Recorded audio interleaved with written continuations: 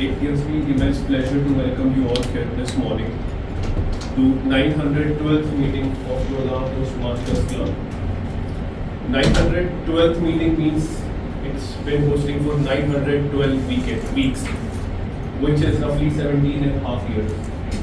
So the club comes with a 17 and a half years legacy.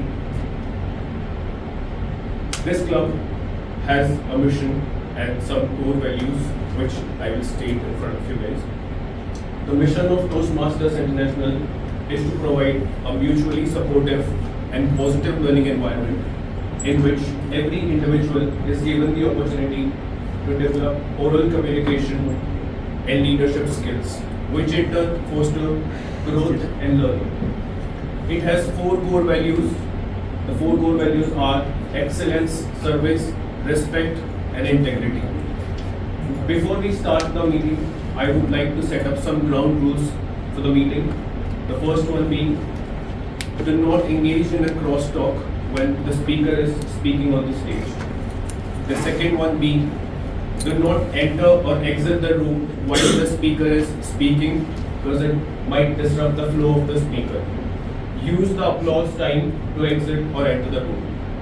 Third, by default, we record these meetings, and someone do not wishes to be part of these meetings, the recording, then they can let us know and we shall edit them out. The fourth one being, please refrain from talking about sex, politics, religion in a derogatory manner. That's all. Please also take 5 seconds to put your phones on silent if it's already not done.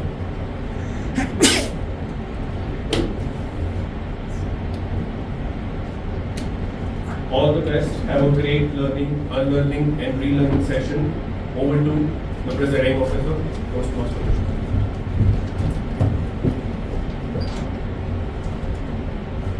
Thank you, Toastmaster Harish. A very warm welcome to everyone to 912th session of Toastmasters Club. I am Vishwajit and I am the presiding officer for today. For benefit of a lot of guests here, I will first introduce Toastmasters to everyone. Toastmasters is a not-for-profit organization that has been running for more than 100 years. The first Toastmaster Club was set up in California in year 1924 by Ralph C. Smedley.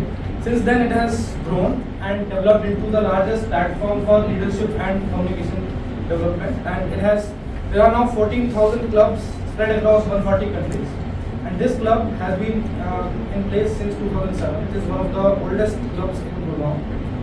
And like Yamari said, we are at 912th session, and today we have an amazing set of we have 3 speakers, and we have a veteran experienced general evaluator along with a keynote speaker. So today is going to be an exciting session. Before we start that, okay, so I'll just one thing. So a typical Toastmasters meeting has a format that goes like this. There are 3 sections. First section is prepared speech section, where the members come and deliver speech on a topic which is aligned to a curriculum defined by Toastmasters International.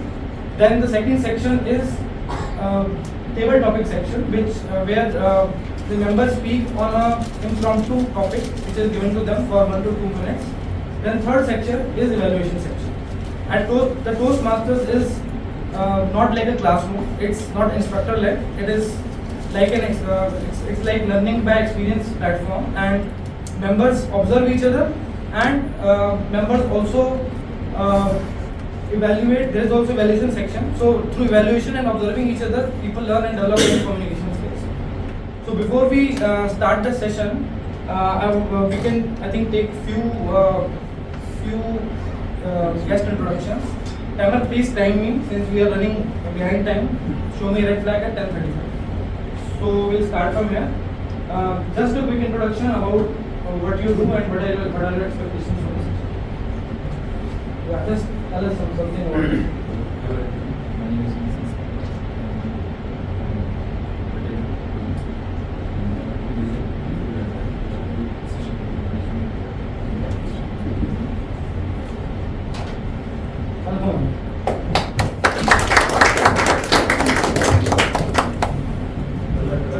My name is Shamsi. I am a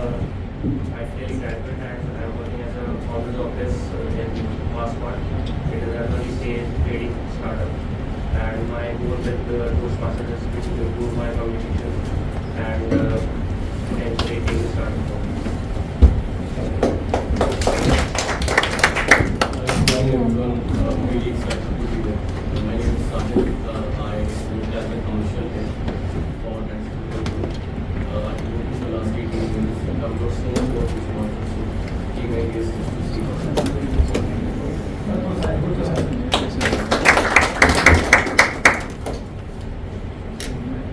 Good morning everyone. Myself is Sharma. I am working as a senior scientist at Board.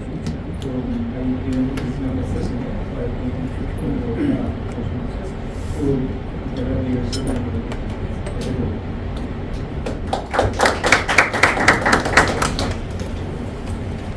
So hi everyone.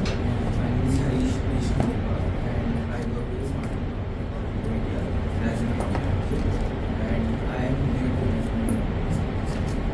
Welcome. Hi everyone, my name is Soumya. I work in HR transformation world. I've been part of Toastmasters Club for a year. We've never stick around the world, so I'm really excited to be here.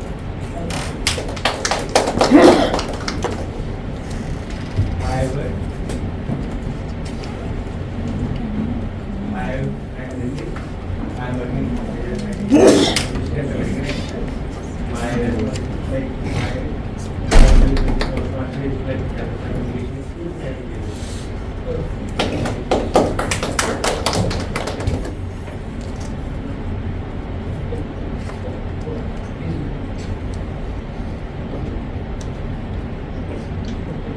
Ma'am, you can introduce yourself once again.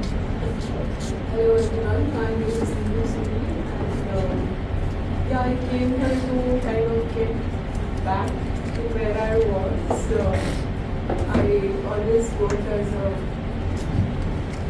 customer service manager and now I work as a deputy general manager audits printing division. My airline's name is SpiceJet currently. I started my journey in January. But I think this health condition had gave me a kind of jerk, which labeled my self-worth as not so confident, then facing, though I've trained like so many people on customer service and whatnot. But I think I had to do justice to what my feeling was coming. So I think this was a platform that I identified. And yeah, hoping to get better than what I was. Thank you so much.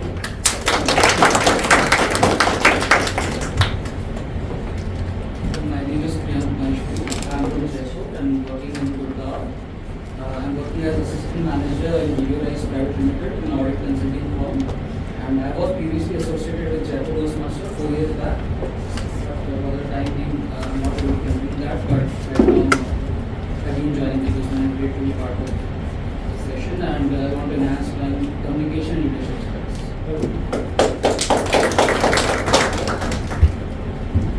Everyone, my name is Saurav. I'm a manager at Dedicated Consulting. I've been working for 14 years now, and this is my second meeting with Toastmasters Club, and I'm looking forward to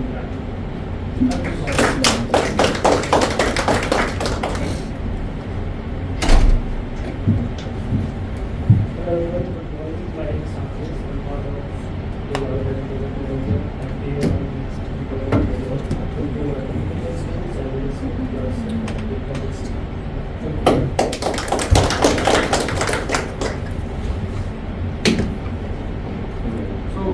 In the interest of time, we'll take rest of the guest introductions towards the end of the session. I'll now hand over the baton to Timod Bhavya.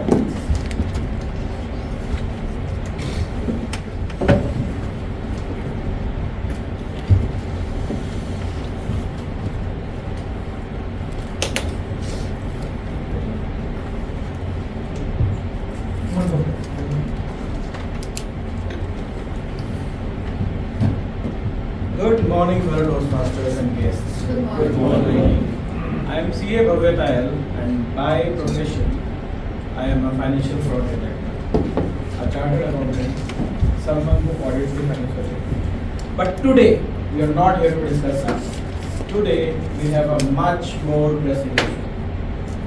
Today, we are going to discuss not the GST frauds, not the income tax frauds, neither bank frauds, but the frauds that life counterparts.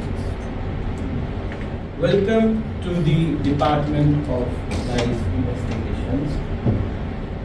Over the past 1 week, my investigation team, which by the way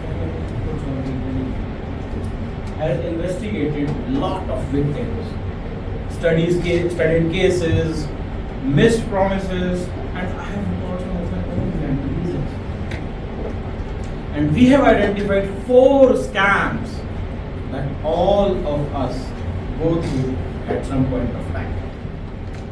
Don't worry, I won't ask you for any OTP. I won't ask you to click on any link or to download an app. I just need your honesty. If you have ever been a part of that scam, just politely nod and give it a laugh. Now, before we start our investigation, I would like to invite the chief investigator for today, aka our general evaluator, TM Manish.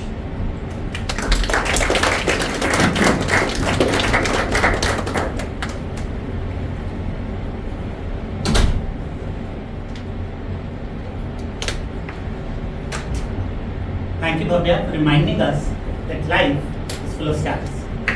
But perhaps one of life's biggest scams is believing that you can improve without feedback. Feedback, which is referred to as evaluation in Toastmasters, is what makes Toastmasters unique. Members come here, speak for a few minutes, receive appreciation, encouragement, suggestions, and that is how they truly learn and improve. As the general evaluator, I will be conducting the evaluation portion of the meeting, which means that I will be quietly observing the meeting for the most part, and I will come back in the evaluation section and speak back. But evaluation is not a one-person exercise. In Toastmasters, we are constantly striving to make our communication concise, clear, and correct. And in order to help us with that, we have a team of role players, each focused on one of those aspects.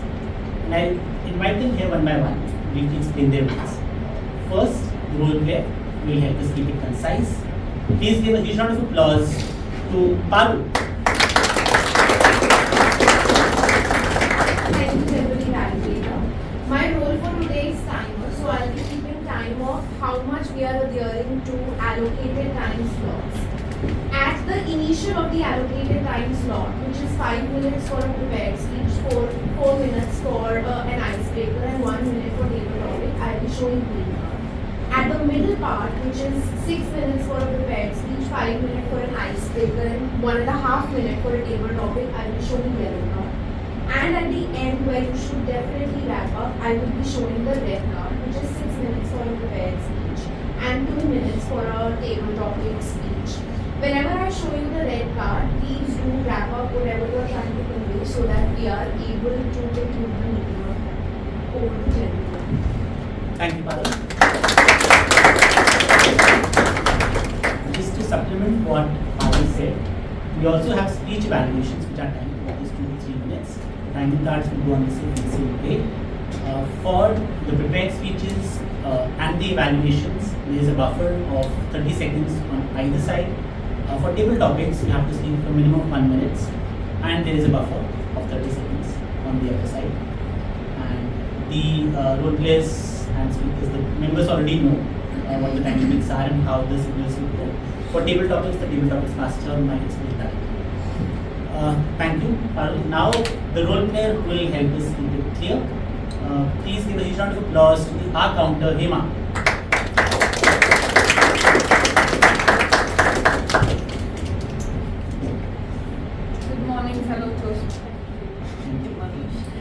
Good morning, everybody. Good morning, fellow Toastmasters and guests. Welcome all. I'm Hema Selvakandan and I'll be our counter for today. I'd like to start with an analogy saying, think speech as a river. Filler words are just like small stones. They do not stop the water, but too many of them definitely make the journey harder. So with that, I'll introduce the types of filler words so that all the speakers are conscious about it. So to begin with, there are field pauses, like instead you can pause. So you say those are filled pauses. Bridge words like so, well, and like. Safety blankets like basically and you know, I mean, these are the basic filler words and repeated words. So with that awareness, I'd like you all to be conscious of the words that you use and try and protect the journey of your rivers. Thank you. Good luck. Thank you, Hema, for being assistant to shake my hand. I hope you start liking me. Okay, with that, let's now invite to stage the third supplementary role player to let us correct the grammarian Abhilash.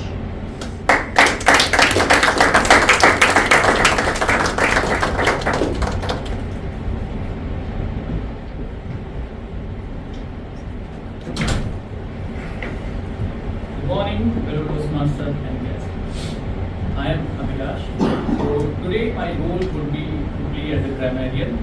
So as a grammarian, my job would be to pointing out beautiful words and phrases what we are using, as well as I am suggesting a word of the day and idiom of the day. Please use those word of the day and idiom of the day. And for audience, whenever person using word of the day or idiom of the day, we need to show a thumbs up just to raise the confidence and raise the. So word of the day for today is scintillating. I think maybe I'll just add it. The word of the day is scintillating. It means brilliantly, deeply, stimulating and witty. SCINT.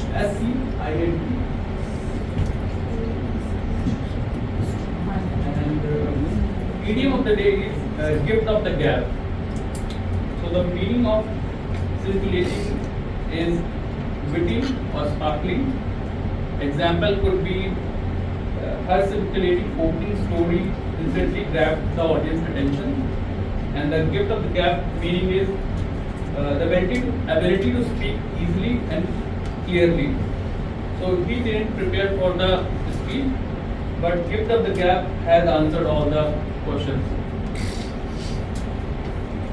Thank you. Thank you, Abhilash.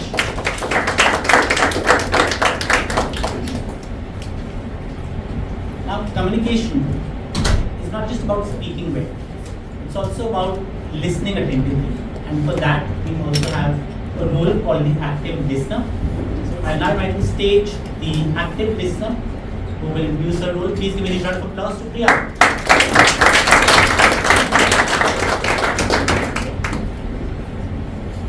Good morning, everyone. Hope you all are doing fantastic today. Yes. My name is Priya, and today I'm playing the role of active listener. Well, hearing to someone is by default, but listening to someone is a choice. So today I invite everyone to make their choice. At the end of the session, I'll be asking you questions, but there is a small twist today. So far, we have been listening to the words, but today we will go one step deeper. We will observe the key messages, the emotions, and the best title of the speaker, the speeches that has been delivered by the speakers. So, if you remember in the school time, we used to read the messages and passages and have to choose the best title. So if you ever remember that exercise was built to develop what skills? Well, we all understand this, but we are not getting the right word.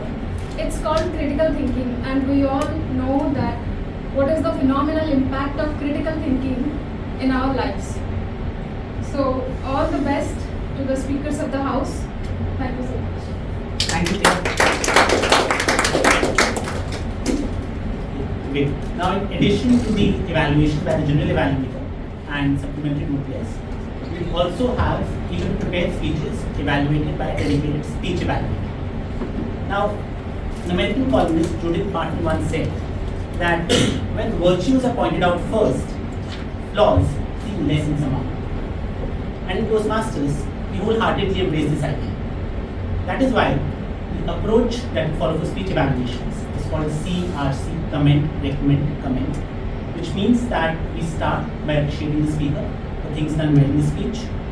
Then we give them constructive feedback on how they could improve their subsequent speeches. And finally, we conclude with a note of encouragement. And the purpose is to make sure that the speakers are encouraged to come here and give those speeches, and also they get concrete feedback which they can implement in their subsequent speeches. With that, it's time to hand over the stage back to the team on.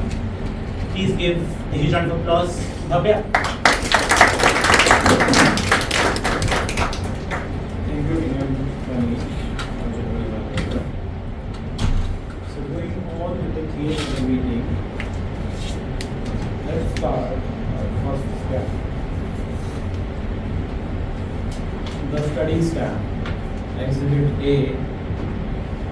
Every child who is currently studying is a victim, and the primary suspects are parents, elder sister, relatives, and of course our dear beloved Sharma.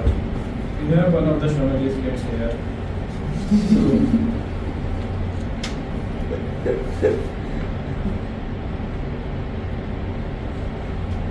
Now going on, I vividly remember while I was studying, my dear elder sister PM Shuchi said, बस 10th कर दो, अगर अच्छे marks आ गए तो life set. AKA, if you get good marks in your 10th standard, you are set for life. And I believed her. I studied hard, made it well. I scored good as well. And well, after that, college. In my case, wasn't even college. It was chartered accountancy. For those who aren't CAs, chartered accountancy is not just a course. It's like a long-term relationship where you give everything you have, and despite that, institute says, let's just be friends and come in the next one. And then, after qualification, what is the first thing that comes to people's mind? A job. But amidst all this thing, a big villain came. COVID. Entered like a big villain in a Bollywood movie and sort of manipulated everybody's plan which was happening. And then, I know, life is never the same. It's just a myth that you complete 10th, then 12th, then college. Life is never sad. Eventually you have to get used to this. Now, I would like to ask the audience, how many of you have actually heard this thing that if you get your 10th standard done well, you will do good in life? How many of you heard this? Wow. Our investigation has identified a hell lot of victims. So, everybody is guilty of this scam. No way, no pro, just pure evil scam. And we have other scams coming forward. But before we move on with the agenda of the meeting, let's call our first speaker. But before that calling our first speaker, I would like to call her investigator, aka evaluator, TM Sanchita.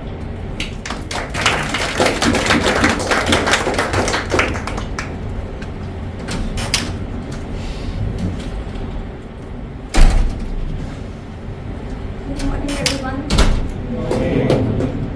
My name is Sanchita, and I will be evaluating Toastmasters session today. I would like everybody to listen.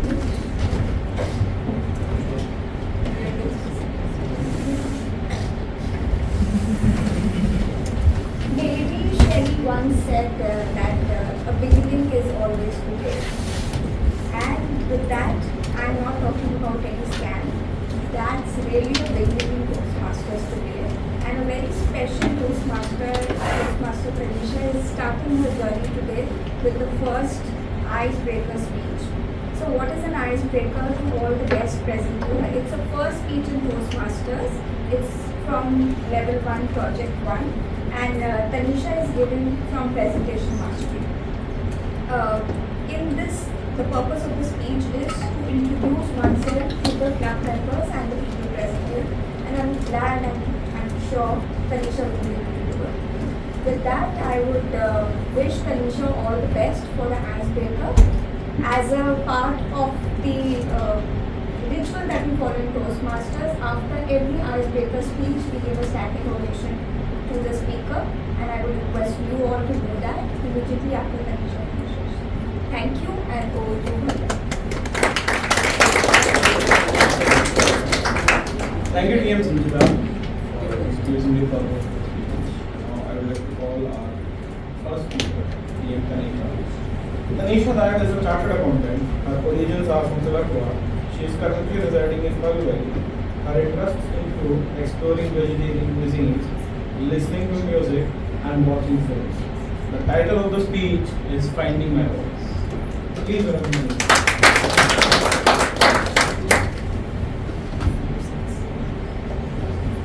Good morning, fellow Toastmasters and honored guests.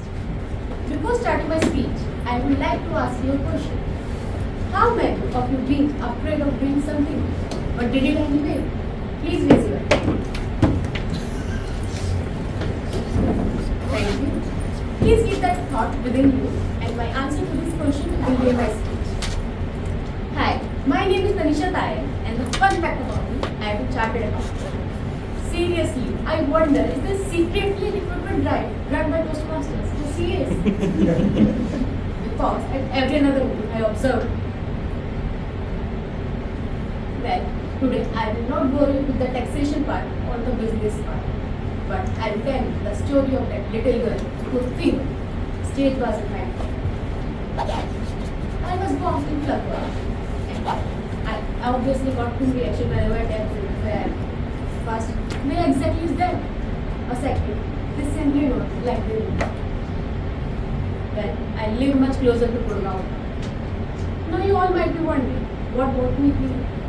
And how I am standing here? Well, it's not because of job transfer, not for the higher studies. It's because it's a very powerful Indian institution. Any guesses? Marriage is the only institution where employee got relocated and didn't get any transfer letters. So, if you all had met 2 years back to me, the stage was not the place where you all find. Growing up, I was a quiet child. Starting a conversation was not easy for me. And standing on the stage was not even an option. As people find me arrogant or unfriendly or reserved, but the answer was simple. I just don't know how to start a conversation. So, I still remember an incident from my childhood. I was in class 2. I got selected for my first group dance performance.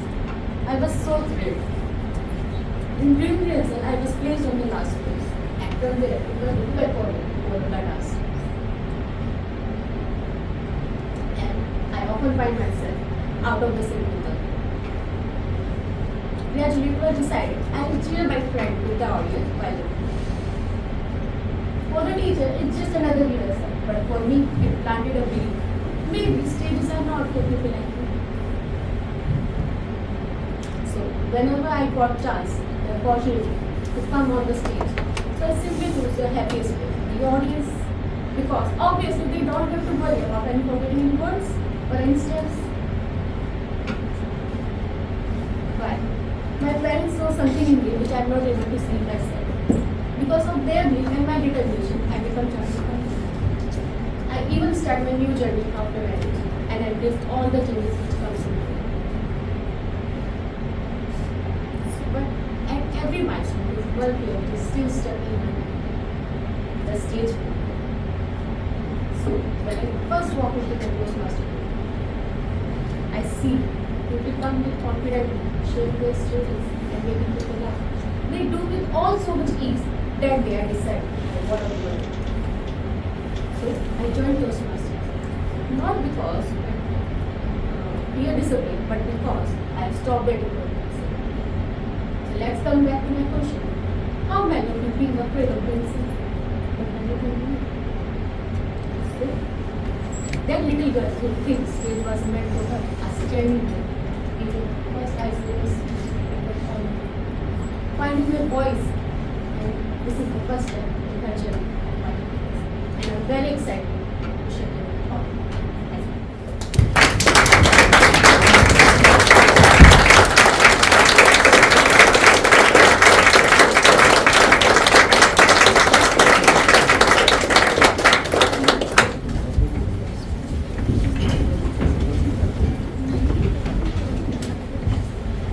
Thank you, Ms. Tanisha, and I couldn't agree more. Taking the first step towards the journey is the most difficult step. I still remember my icebreaker and my heart was pounding like anything, and I thought that I couldn't deliver it. But yes, today, that's what Toastmaster does.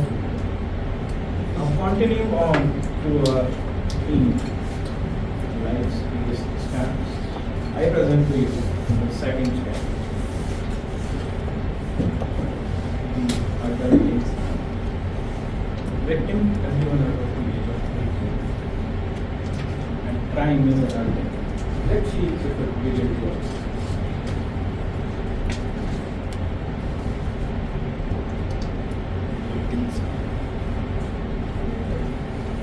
As a child, I used to remember that we all wanted to be adults, right?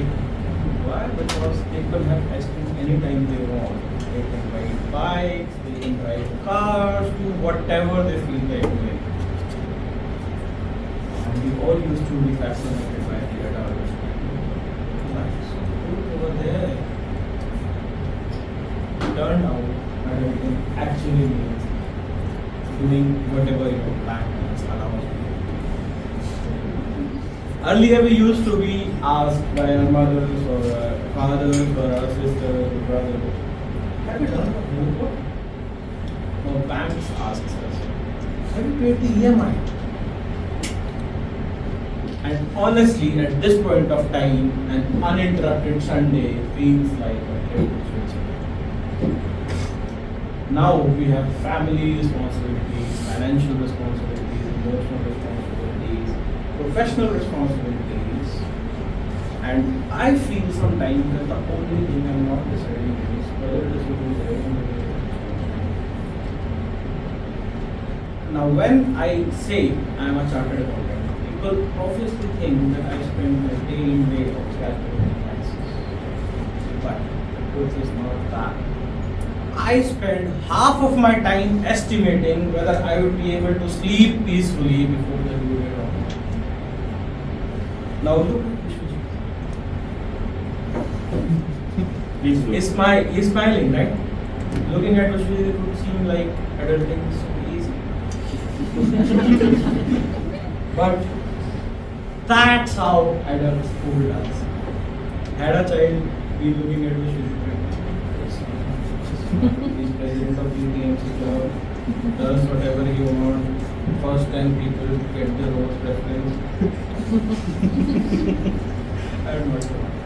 But that's how life is, right? So eventually the verdict is guilty.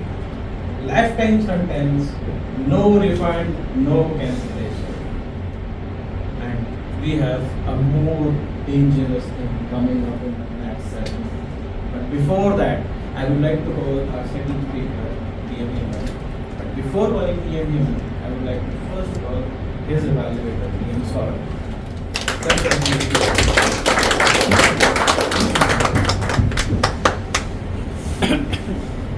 this PM Saurabh.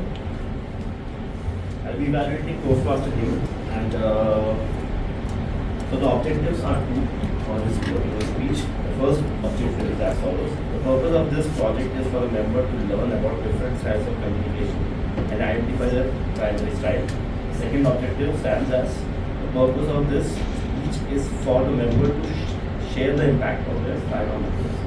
With that, over to you. I'll just give the stage back to our team and prepare for all the best to you. Thank you, team, for now I would like to call TM Hemant on the stage. Hemant is a CA by profession. 1, 2, 3. Oh, 3 chapters. So she is right. There is a secret placement right for her.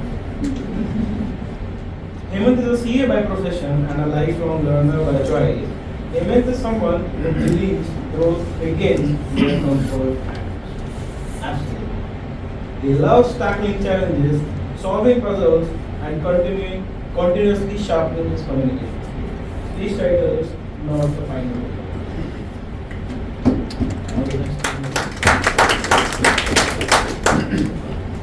Good morning, everyone. Good morning. Imagine this is happening to you. You are sitting inside a plane. Everything is closed. The flight is taking off. Suddenly, your mobile phone vibrates. You take out the mobile phone. See, there is an email. But with the subject line of final result, you tap on it once, you tap on it twice, it is not opening up. Then you realize there is no end. Your future is locked inside a file for the next 2 hours. What will you do in such a situation? Will you pray, sleep, or pretend not to hear? My sister Isha did none of those. She simply stared out of window, wondering if her years of sacrifice and hard work had finally paid off. In our life, there has always been one person whom we quietly admire. For me, that person is my sister. She is the last person to give up. We are going to bombard this arena with CAs, so sorry. I still remember it was her CA final result, and we were expecting she will pass this time. It was her 4th attempt, but that was not it. She just missed by 5 minutes. She scored good marks in all the individual sections, but the total was missing. The total requirement was 200. She secured 100. On that day, she cried. We cried. The whole family consoled. But from the next day onwards, she started crying. But she did one thing in the day. She was confident that there is some error in the evaluation. She applied for the re-evaluation of the papers. Later in the week, we went for application. And when we were returning, her mobile phone vibrated with the final result of re-evaluation. When we landed at the Kolkata airport, we were just praying, no, not this time, Lord. And finally, when she opened, again she missed by 3 marks. We were down. I was not able to control my emotions. But he said, I'll prep again, I'll start again. And from the next day onwards, she started until the time she received a video message from one of his friends. In that video message, the ICAI president, the CA body president, was saying that if any student secures 197 or above, ICAI never feeds them. If you bring me such a case, I will give you 1 lakh rupees. And that became our guiding path for us. I was not going to office. My father was not going to the shop. And we stopped being accountants. We became detectives. We started looking for all the contact. We started looking for the introductions. And it took us 2 days to reach to the wise president of ICA. I narrated a whole story to a phone call. He said, Beta, I will get back to you in an hour. That hour was a lifeline for us. Every second was like a day for us. We were holding our hands like this. God, please help us this time. This is our last chance. After an hour, he called me and said, congratulations! And he said, you will receive the revised email in an hour. And that was the defining moment for us. We started celebrating, we started calling people. And I cannot express those moments in words. And when I am talking about this moment, it taught me a very important thing. Whenever we appear on an interview, whenever we give an exam, whenever we fight for something and we fail, and the final result comes, and it is not failure, we assume that that is the final result. But you just need to ask one more question. You just need to give one more attempt. God will probably say, this is not the final result. Thank you.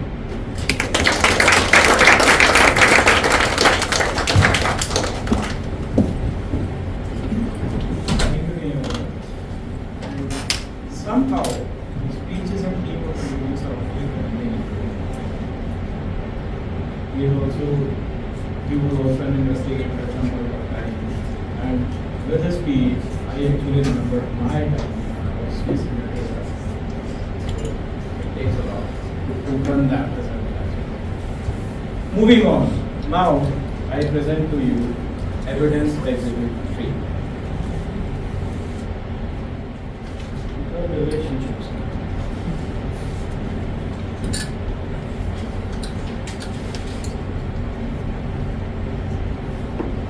Now this scam usually starts with smiles.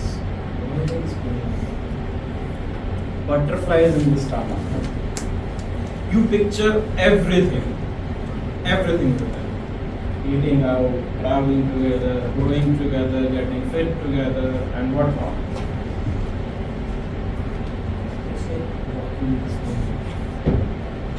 You stare in their eyes and you cannot take eye contact. Romantic songs start playing in your mind. This is how relationships can get involved.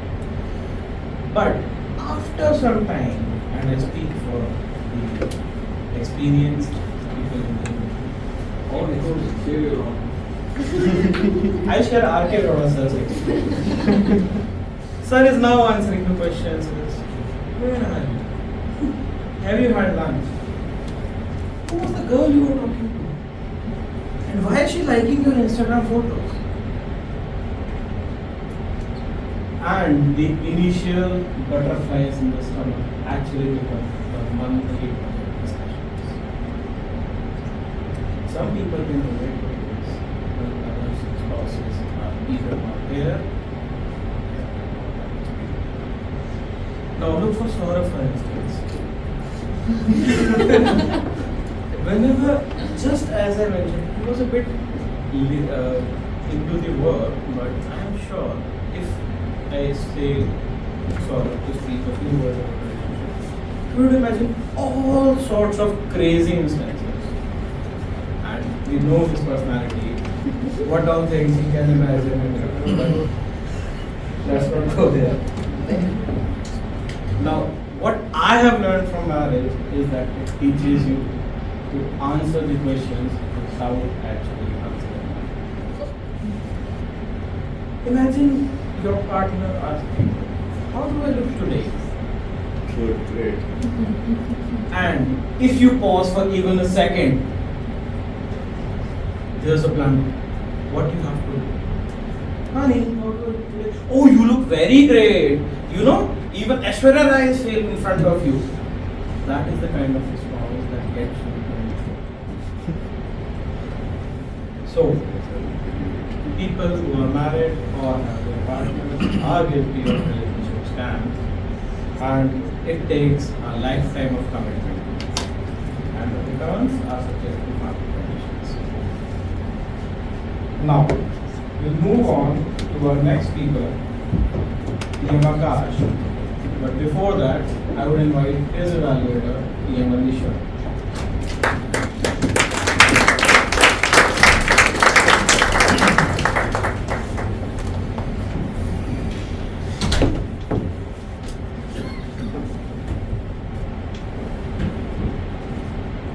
Good morning everyone. So today I will be evaluating Akash's speech today. So he is presenting level 1 project 2 presentation mastery. I will evaluate him based on project objective including message clarity, vocal clarity, body language and overall project delivery. So all of us.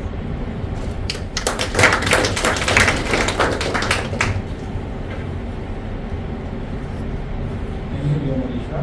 Now I'd like to call E.M. Akash. Akash works in technology, thankfully, apart from CS as well. They're solving complex problems with logic and data is a part of his everyday job. But over time, he has realized that biggest challenges don't always come from that. They often come from the way our own mind works. He's passionate about finance and investing and problem solving. Topic is invisible class. Invisible class. Hello everyone. I want to ask a question. How many of you have been to a movie? Let's say it's a 3-hour movie, but after 1 hour you are thinking that it's not a good movie. Still you stayed for 3 hours. That's with those So this happened to me a while back. I went with a friend to watch a movie. After half an hour or so, I thought this is not a good movie. It's not my taste. But then also I was watching that. After every 10 minutes, I was checking my watch. My friend also joined in. Said, no, they're playing. Both of us watched the movie. Now, after the movie, I was thinking, I was remembering one article about the Concorde jet, which was the fastest jet at that time, 60s. This is a supersonic jet. British and French government poured in billions of dollars in this to make it work. Engineers knew that it will not make a bang, it will not make a bang. But then also British and French government poured in a lot of money thinking that it will work. We have already invested so much in the technology that let's make it work. After many years, it was a failure. The economics article called it Concorde fallacy. Then I studied and understood the concept. It's called sunk cost fallacy.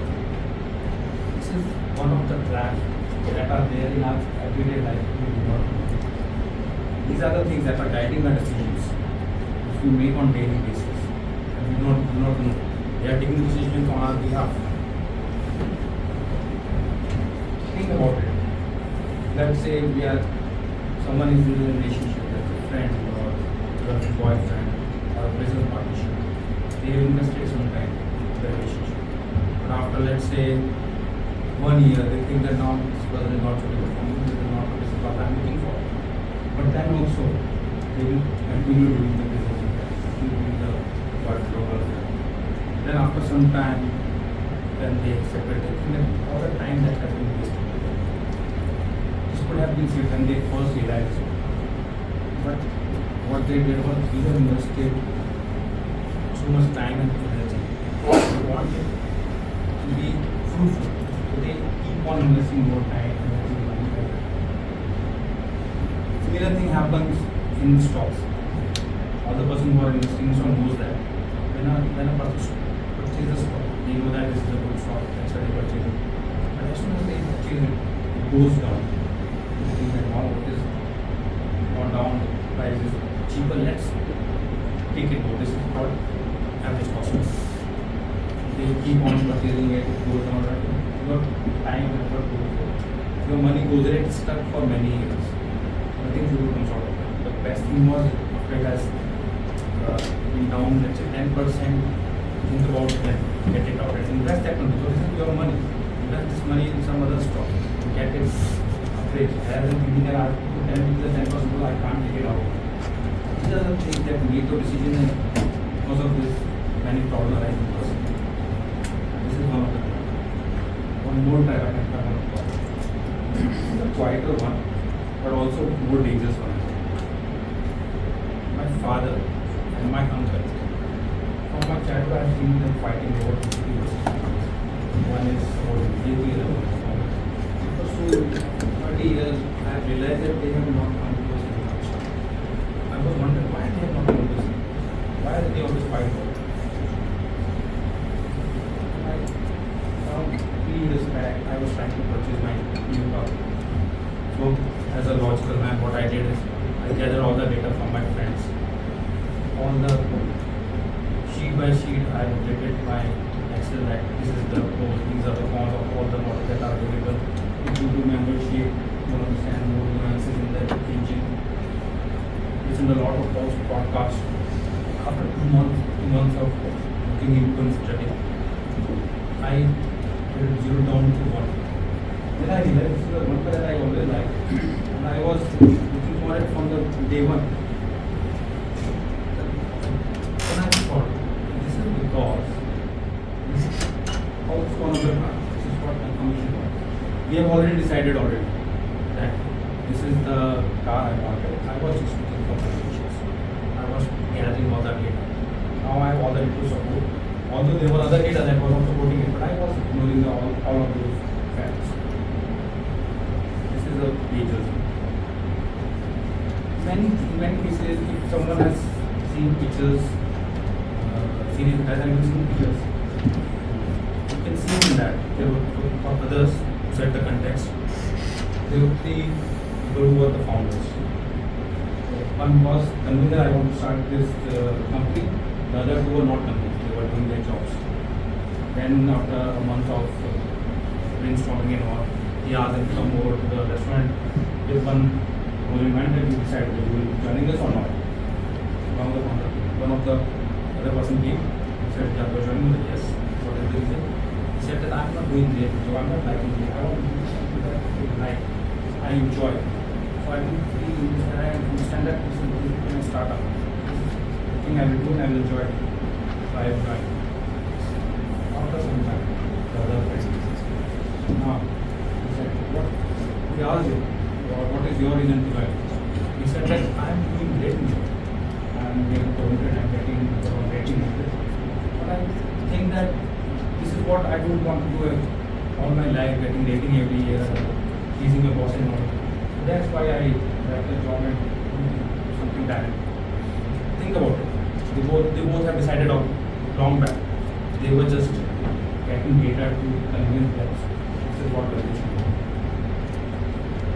If you yourself can see the same article, let's say about any technology or political party, you see people are reading that article, they are getting different ideas. They are interpreting it differently. What they are doing is they are taking one passive, which is real validation. The other one is taking another passive, that's validation. So they are convinced that this article says this, the other one says this article says this. These are the biases that we go through. So today with this session, with this speech, I want to understand that when we want to take a decision, just take a step back first and see if this is all the biases that are going to drive the decision, whether all the time you have insisted, or you have already decided. Take a fresh look, come with a fresh perspective and decide.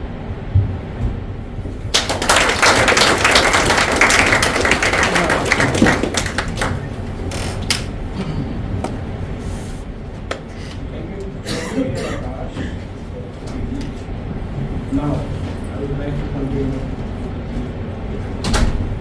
I now present Exhibit 3. The money scam. If you look closely at this picture, this was taken from the Ashish's yesterday. He was somehow sending the money abroad, so we captured it.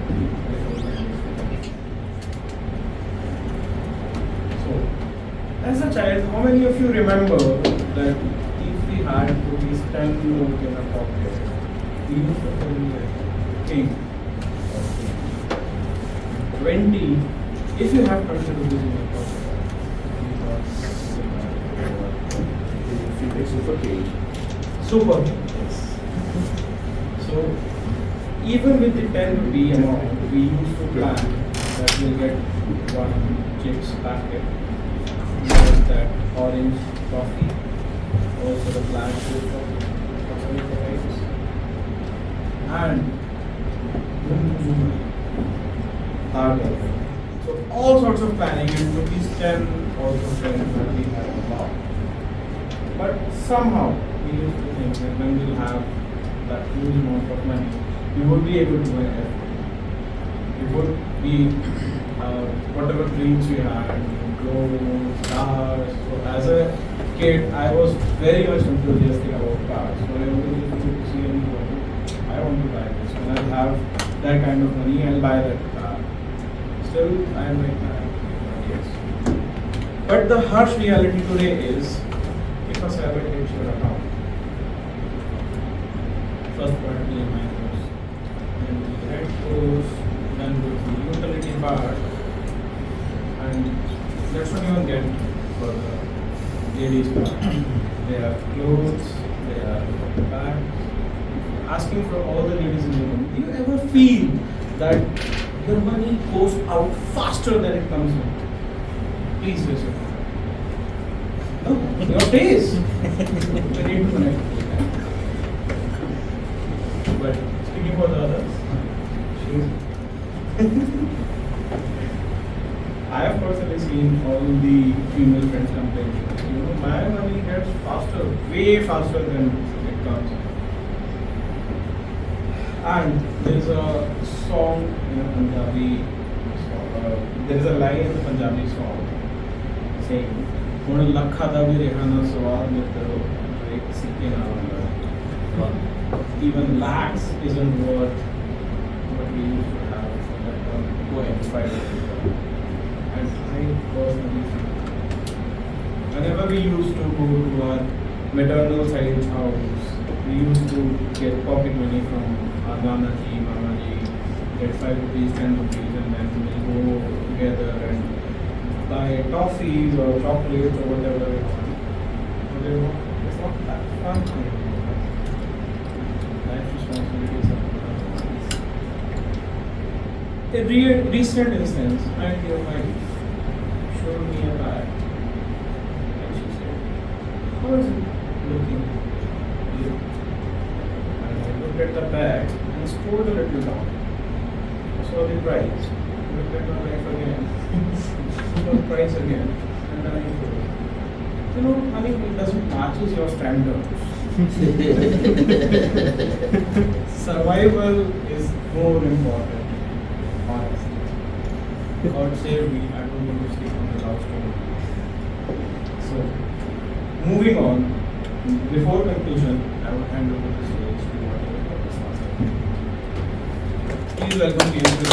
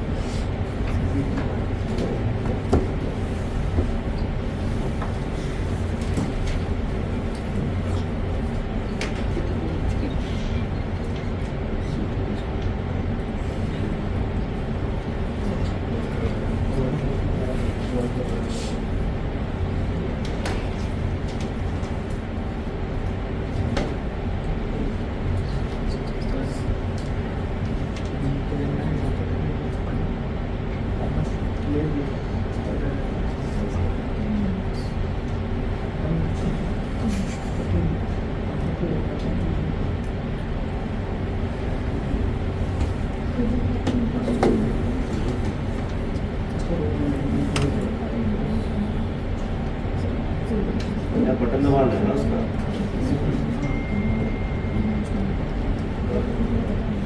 Sir, please help them.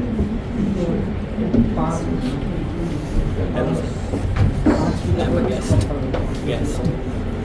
Coming here first.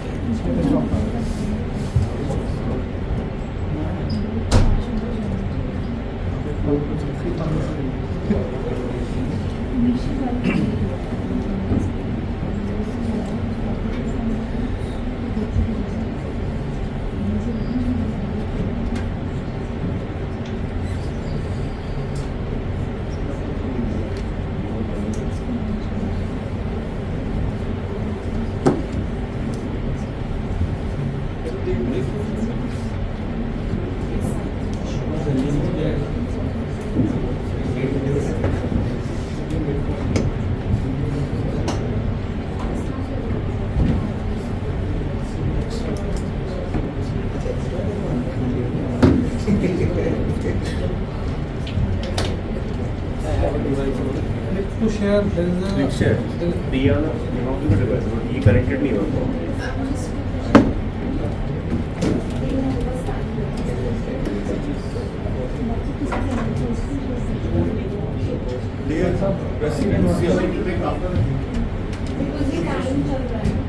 Break ले लो।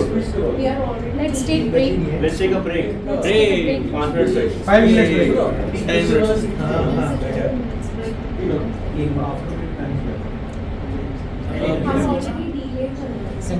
Hello, sir. I'm a guest.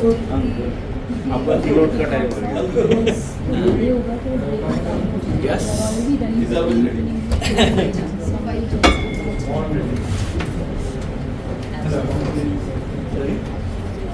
So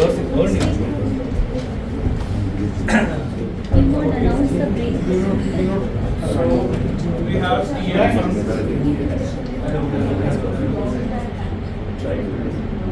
So I will introduce TM and recently I was having a word with him over 2, I think it was 5-minute conversation and I was still ingesting whatever things he has asked. And I don't know whether I will be able to justify his introduction in this, but let's try. Ankur Yadav, with a background in chartered accountancy. He co-manages his family business, Ankur Road Lines, applying his financial expertise to real-world operations. Passionate communicator, inspiring leaders. He loves connecting with people and sharing knowledge. Over the years, he has spoken at Toastmasters event, CACS conferences, and college campuses. He has also worked as a strategist in CA, Gram Panchayat, and Delhi elections, contributing to campaign planning and digital outreach. Toastmasters. He has 12 years of impactful leadership. His total Toastmasters experience spans across several leadership roles in District 41, Area and Division Director 2019, Eland Gurgaon to report Club Pro, District PR Manager, named one of the best globally with initiatives shared across 143 countries. Club Pro Director, ranked globally #1 for club admission. Program Quality Director, honored with excellence in quality. Past distinguished District Director, and currently serving as a District Director. Let's hear it from Ankur. Thank you, Bhavya. And on very special request from the guests that are attending meeting for the very first time, I'll ensure that I'm audible to almost each and every individual who is in this room. So many of you might not be aware of this fact that I started my own Toastmasters journey back in 2016 from this very club, Gurgaon Toastmasters Club. And I'm fortunate enough to have my president, my then president, Manish Damla, sitting in front of me. Manish, you must be very proud of me that I'm the one who delivered my icebreaker in front of you, and today I'm delivering my keynote in front of you. How are you feeling? Extremely proud. Thank you very much. So whenever I get an opportunity to have communication, and I will not call it as a keynote speech because I want to have more and more communication, and definitely in the end, if we'll have 5 minutes, we can have a Q&A session wherein you can ask me anything and I'll be happy to answer all those queries or the questions that you might be having in your mind. So as I had just said that I started my Toastmasters journey back in 2016 with the Gurgaon Toastmasters Club. And just like you, ma'am, Tanisha, I think, if I'm not wrong, even I delivered my icebreaker. And yes, there are a lot of things that I had done. So whenever I get this chance to have communication or have to have conversations with the fellow Toastmasters, I generally divide, if it is not one-to-one conversation, specifically if it is one-to-many conversations, I divide the entire group into 3 different categories. The first category is comprised of those people who have joined Toastmasters very recently or are planning to join it. How many guests do we have in this room? The people attending for the very first time. Oh my God, you are very lucky today that I'm here. The second category is of those individuals that have joined Toastmasters recently and they are into Toastmasters from a span of 1 to 3 years. And the third category is of the Toastmasters that are there in Toastmasters fraternity for more than 3 years. I'll be starting one by one, but before establishing my credibility, because I'm pretty much sure that just by listening to my intro, you might not be convinced that okay, this is the guy who has joined Toastmasters and he has achieved so many things. So I joined Toastmasters. Many people have their own reasons. There are certain individuals who want to be a great communicator. There are certain individuals who want to be a great leader. But I had nothing of those sort of things in my mind. The only reason I joined Toastmasters back in 2016 was just one. I wanted to learn how to communicate in English language. That's it. And there is a reason to it. Because English was my third language. First being Haryanvi, second being Hindi, and third being English. I was living in an environment where even if I want to communicate my feelings to someone else in English, there were people who used to say, the language but that was the kind of environment I had. But someday, luckily, I got this opportunity as I was sitting in front of my laptop and I was looking for various platforms that can help me with my communication skills. Not the communication, but English speaking skills. And I got to know, okay, there is something called as Toastmasters. And I was lucky enough to find Gurgaon Toastmasters Club near to my place. I live at this place called as Kakasida. So the distance from my place to the GTMC venue was of just 15 minutes. I attended my first ever Toastmasters meeting back in 2016 and believe me, it was an amazing experience. If you are attending Toastmasters meeting, there are a lot of benefits that you can get out of it. First thing, if you are coming to Toastmasters meeting, you get to sit at least 2 hours in an air-conditioned room. First benefit. Second, if you are going for a movie hall, it will cost you around $500, $600. But back then I did the calculation. The fees for Toastmaster was $3,600 for 6 months. And if I say $3,600 for 6 months, it means $600 for 1 month. And considering 4 meetings in a month, the cost of one meeting will be $150. If you are going to watch a movie, you will be paying around $500 to witness one story. But if you are coming to Toastmasters, you will get to listen to at least 3 stories, 4 stories, 5 stories. So was it not a financially viable decision? Another great thing about Toastmasters is that they provide you snacks that too free of cost during the break time. So I did all my calculation and I decided that it is best to join the Toastmasters and I joined. Now another best thing about Toastmasters is that whenever you are coming onto the stage, people will never judge you and that is the beauty of it. Even if you are coming onto the stage and you are going back to your places, they have this cunning habit of applauding. And that is the another beauty.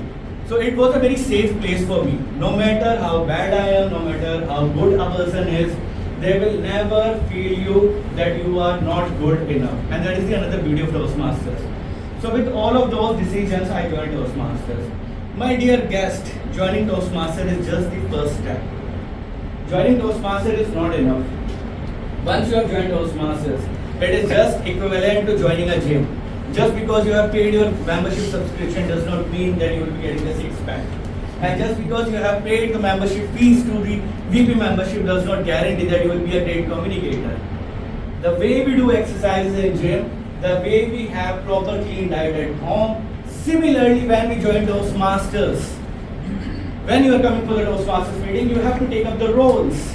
And when you are at your home, you have to write your speeches, you have to read the content, so that you have enough ideas that you can express with the audiences. And that is what I exactly did. I was happily joining, after joining Toastmasters, I was happily enjoying my time. But one fine day, Vice President Education will come to you and they will say that now it is your time and you have to give your icebreaker the way you deliver your icebreaker. It was my day when I had to deliver my icebreaker. Maybe you guys are good enough, you are exceptional, but that was not the case with me. My then Vice President in Education, Megha Gupta, she literally forced me and said that, Ankur, joining Toastmaster is not enough, you have to come onto the stage and deliver your speeches. And I confessed my feelings for her. that I am not good with my English, you have to help me with my speeches. So I started writing my speech. I still vividly remember what I had asked her. I asked her, Megha, मैं भावनाओं में बह गया, इसको English में क्या कहते हैं? And she was polite enough and that she helped me with it and she said that, Ankur, you got carried away. So that's how I started my Toastmaster journey and I delivered my icebreaker. Now the best thing about speeches, specifically if you are a new Toastmaster, is that it becomes a very overwhelming. There are so many people looking at you as if they are judging you, and you are here. You are trying to remember your speeches, you are trying to remember your body language, because you know if your body language is not good enough, you will be getting one of that as your recommendation. There are so many thoughts going on in your mind. And so was the case with me. And that is why what I have personally observed is that whenever a person is delivering his or her first speech, they usually rushes through their speech. It is not about they are enjoying the speech, it is more in the lines of they have 4 to 6 minutes and they just want to complete those 4 to 6 minutes. And so was the case with me. I had even memorized my speech. I can vividly remember what the content of their speech was. It was an excerpt from the movie Rocky.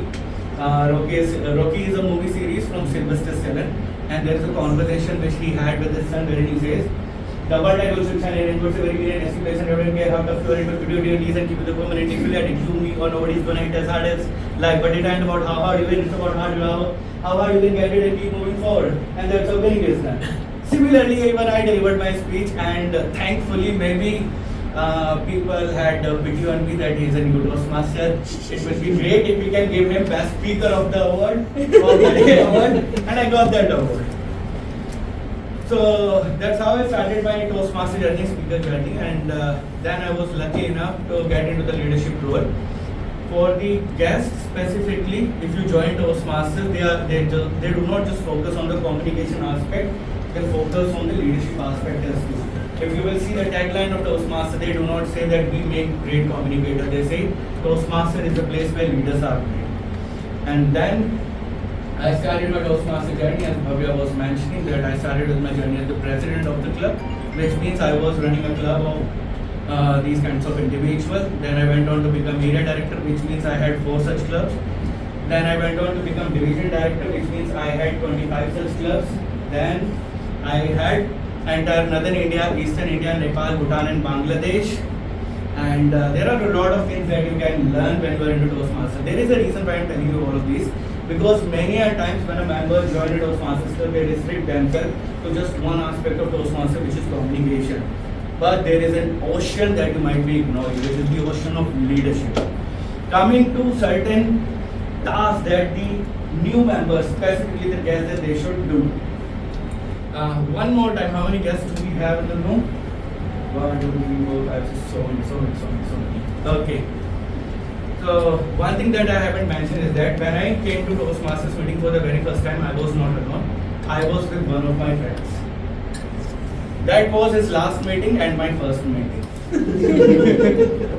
So my dear friends, please join it. If you will delay it, you will not be able to reap out the real benefit of Toastmasters.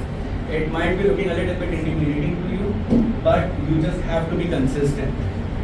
The way we get to see the results in our body when we join a gym, it is through consistency, and so is the case with Toastmasters. Just make the decision and do not postpone it to next meeting or next month or anything like that. Join it right now. And there is a benefit to it. I mean, maybe Bhavya will be telling it that the Toastmaster International is increasing their fees. So if you are joining it right now, it will be very much beneficial for you.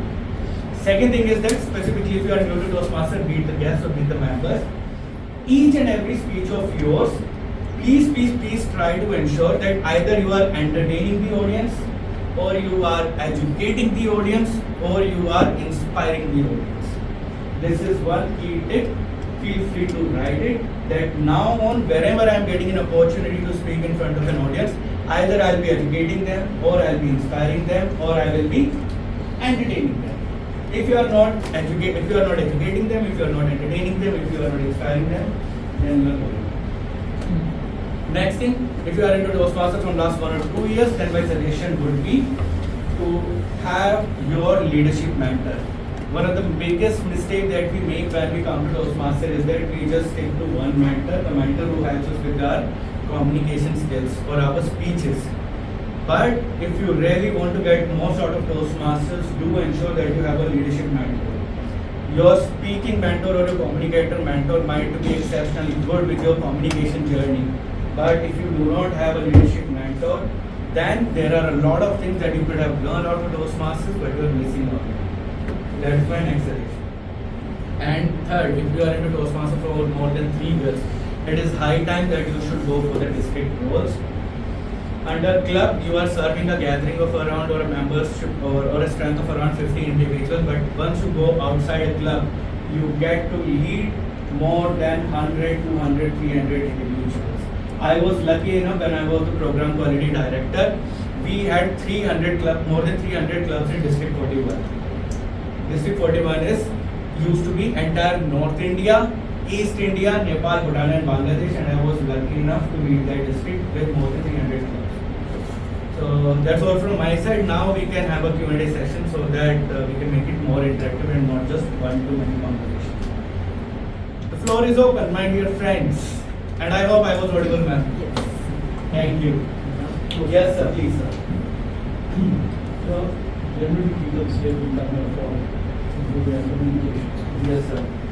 Communication skill is something that from the past experience learn to talk. The issue I face when I come is that when or any other community before, when you hear the announce, you start feeling the ground faster. And when you go to walk there, you find all the eyes looking at you with experience. Everything's wrong. Yeah. So you are the victim and very much. Then your whole body system goes through a change. You start focusing on the talk. Once you talk, then the flow of work comes up. How do you deal with the initial feeling? So my heart was pounding when I was coming from that seat to over here. So it is very natural. It's just that one practical tip that I can give you, or one thing that I generally follow is that whenever I get this opportunity to speak to individual, I never consider that I have to deliver a speech or a keynote conversation. It is more in the lines of that I have friends sitting in front of me and I have been asked to share my views. So it is more of a conversation. That is why initially I mentioned that it is not going to be a keynote speech or anything. It is more of a communication or a conversation that I am having with all my friends. So whenever we speak to our sister, brother or father, I mean in relationship, we don't feel that nervousness. Why? Because we feel comfortable with them. The only challenge comes when we feel that they will be judging us. So I feel like, okay, I have certain information, I have certain knowledge that I am sharing with them. That's it. Thank you. Yeah. So in terms of the time, so our jobs and everything is based on timings, right? So we are well prepared to do a speech within a specific time. But when you go in the stage, you become super conscious that you will exceed the timings and you cut short your speech that you intended to deliver out of serving the best for everybody. So does it happen to you, or if it happens, how do you manage? Initially it used to happen with me, but over the past so many years, I have now I have an idea how to do it. Like how do you do it? So I just cut it short because it is only me who knows the content of my speech. So even if I am cutting certain portion of it, nobody will get to know about it. Yes, so that means we are not making use of our time 100%. So I'm giving away my time just because I'm being good to people. I'm giving away my time, which is meant for me. So it's that mindset comes only when I go and stand there. Until I'm here, I'm all prepared. I know it's speech is but when I go there out of sometimes it will happen. I mean, let's say you are delivering a humorous speech and you have not factored in the laughter that might be coming from the audiences. If you are receiving more and more laughter, then it is good to reduce your speech. because you want to give them time to laugh. You want to give them time to enjoy your speech. If you are more in the lines of just I have to complete my entire speech, then what is the main objective of the speech? Your objective is to make people laugh. So if people are laughing, give them time to laugh, give them time to absorb the content of the speech, and then it's fine. Even if you have to cut it short. Okay, one more thing. I'm glad to have Kunal and Sanchita as my mentees at Pride Friends. Yes, ma'am, please. We have to take the road outside of the club, and usually we have not spoken much from the club. I think we have to take the roads outside of the leadership is very important. Like, people should know it. Okay, if you want to deliver speeches outside GTMC, do let me know. I will share my number with you. No, not the speech, I'm saying the roads and like area director levels. Okay. Have you been the president of this club? I joined last year. Last year. Okay, you need a leadership mentor who will be helping you how you should navigate yourself through the EC, and then whom you should know to get the role of area director next year. I'm not targeting area director. Yeah, I mean it's good. I mean if you are targeting, but okay. The thing is that at a district level, at a area level, we organize various events. Go to various events. You will be meeting more and more people, and you will be. They will even be noticing you. They will be asking you to come for demo meeting, and that's how you get the opportunity to serve outside. And how to get leadership mentor? How to get leadership mentor? Reach out to people. As many people as possible. Inside club, outside club. Yeah. So there is one. I mean, at a district level, we organize various contests, various events. Attend all those events. Recently, we will be having ELI. ELI is the Club Officer Training Program, wherein there are additional sessions that we conduct. So if you will go over there, you will be finding a lot of people, and then you can ask them. Manish is one person who will help you with a lot of things. He is very resourceful individual. Yes. So basically, you have been a member of GTMC from a very long period. You have seen this club grow. So, what would be your advice to us which we can do to improve the quality of the club? Okay, one is energy, and that is not my recommendation. It was the recommendation from the guest. That the speakers were not audible, but yeah, they were not audible to me as well. Yeah, try to come with more and more energy. Guys, have your breakfast and then come for the meeting. I was missing the energy and enthusiasm. Where was it? That is one thing. Other than that, yes, the GTMC club is very professional club, and they are very dedicated with regards to all the goals that they want to achieve. They are very particular with their mental fitness standards. My only thing would be, I'll be glad if I can see more and more district representation from this club. That is the only thing that I'm missing. Yes, ma'am. I'm new to Toastmaster 2.5 months back I joined. So apart from this speeches, communication to the people, what else I can start to just refill my journey to this Toastmaster and what I can do next? If you are delivering speeches in GTMC, I would tell you that go and explore outside clubs that are there. When I was part of GOT Gurgaon Toastmasters Club, I used to go to a lot of clubs in Delhi to learn the best practices from them. And the more and more you will listen to different variety of speakers, the more ideas you will be having, and the more diverse your speech will be. Yes, sir. Are you a guest or a member?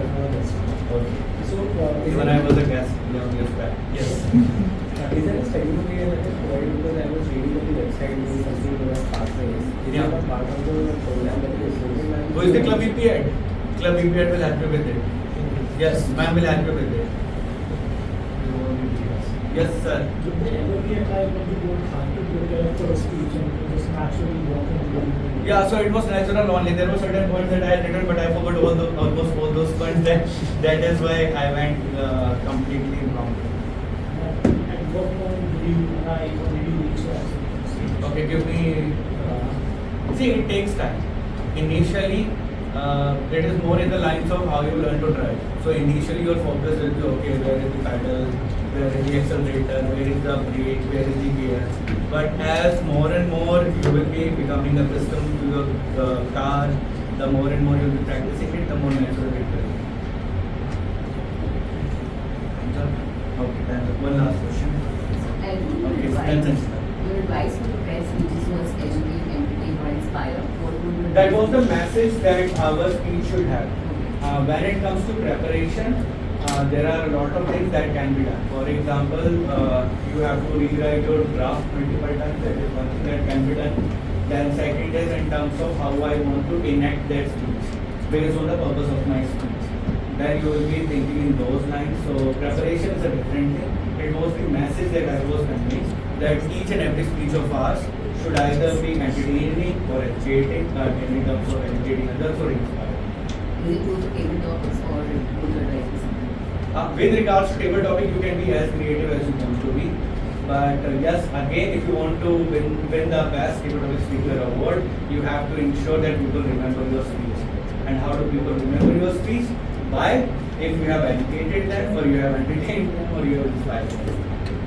Yes, Anjita. I'm good at being very privileged to be your mentee, and it's a long journey. I mean, I've been there since 2019, and I have seen myself grow. So, not only in Toastmasters, but professionally and personally both, I've seen myself grow, and I'm very thankful to you personally for being a very important part of my journey. And my question to you is probably since you have been there since 2016 and you have crossed a long journey and achieved so much in communication and leadership, what makes you still an active member at Toastmasters? Okay. Now it is more in the lines of giving back to the community. As you are my mentee, current district director is my mentee Shwetank Sharma, and the current including Kashish, who will be coming as the district director next year. Even he joined Toastmasters because of me, so I have to be here for them and do it back. And I mean, it is not like that. Even I am learning a lot of things. So I have restarted delivering more and more prepared speeches. So I am more comfortable with free flow speeches, but when it comes to prepared speeches, I realized that okay, this is one area where I have to work upon. So I want to work on that area. That is another reason why I am staying in Toastmasters. And it is like gym. You have to stay, if you want to stay in shape, you have to stay, and you have to be a regular gym goer. Now I think we can, I can hand over the stage to our Toastmaster of the day. I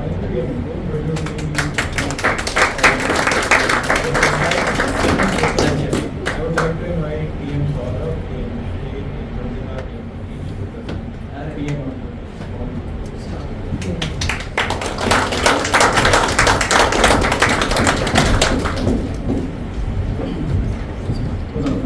So Manish was my president when I joined Toastmasters. And you joined in 2015? Not 16.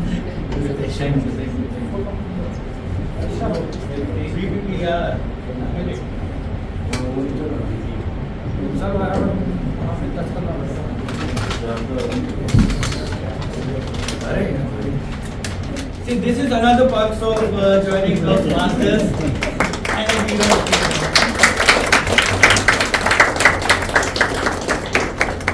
Thank you, sir. Thank you so much. Thank you. Sir. So we don't leave the stage empty, we hand it over to the next person. Thank you. Thank you, AM. So, time to officially conclude our first part of this session. I would like to say it was ever life would have fooled us, but every scam gave us stories, moments, friends, or something to wonder about. If it wouldn't have happened, I would not be standing here delivering all the scams to you. With that, I would like to officially declare the case closed, and I call for a 5 minutes break. Thank you.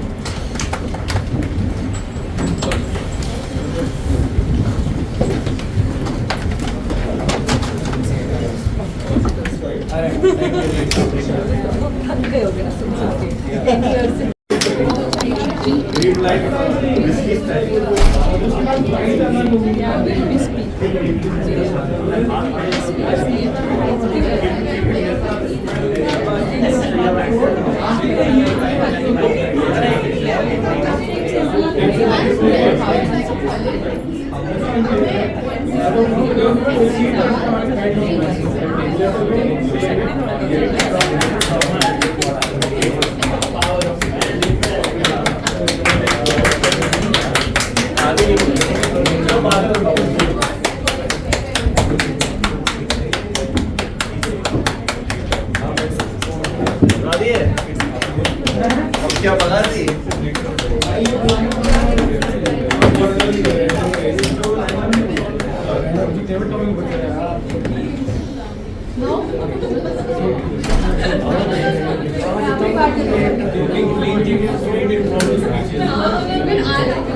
भाई विश्वजीत को बुलाओ खाने वाली चीज क्या करना पढ़नी है तो मैं पढ़ दूंगी Only 5 topics याद करना है। फुल इमोशन फुल झंडा आगे आगे आगे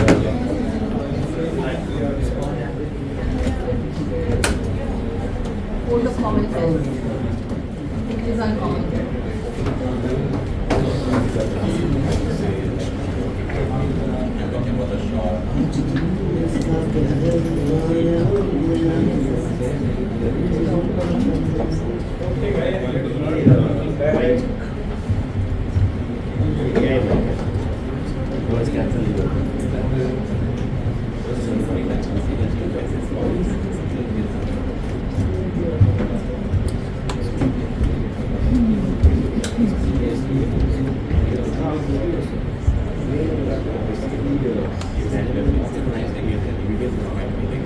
Okay, hi everyone. Good afternoon. So I am the table topics master for today, and I have a fun idea. I hope it seems fun to you as well. So we are going to have a quote of common sense, which I hope is common over here. You guys are going to be the jury. I'll be calling 2 people at one point for one case. One would be the prosecutor and the other would be the defendant. That is the person who is going to be accused. We're going to have common dates, objects or instances with which the defendant is going to take. So I'll be the judge. I have over here to explain how the courtroom is going to work. So I'll be reading the case. I'll be calling 2 speakers as I mentioned, prosecutor and the defendant. And at the end, for each of the case, I'm going to ask for the jury verdict. Okay. So who wants to be the prosecutor?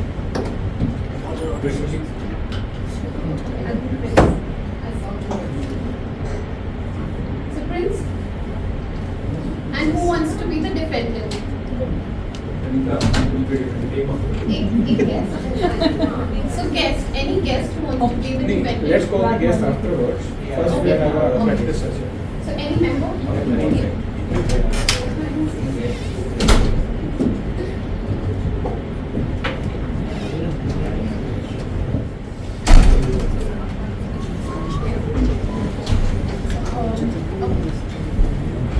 So Hema is the defendant who is the alarm clock. So you need to name the alarm clock. You are the alarm clock and you need to explain why society cannot function without you. First, the prosecutor is going to go. These are the charges which are being levied on you. That is, sunrise and these 3. So you are going to get these charges one more, and after that you are going to defend yourself. Oh no, it's just yes, yeah, so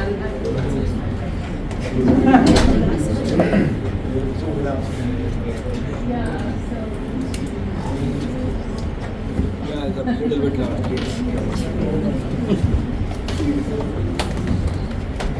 chances होना है तो जाग जाओ. So because you are going to be charging the alarm clock, these are the couple of charges that you can have. Apart from this also you can use anything that comes to your mind. So these are just the cues for you. Attacker. Yeah, please. So who is involved? I'm the judge, but this is the jury, so you need to be talking to the jury. not बोलना था. Okay, order. My Lordship, I want to present my case regarding the alarm clock. So, as you know that the alarm clock, although we set the alarm clock around 4:30 or 5 o'clock or 5:30 o'clock, my Lordship, you ever think that this alarm clock will always disturb our peace, right?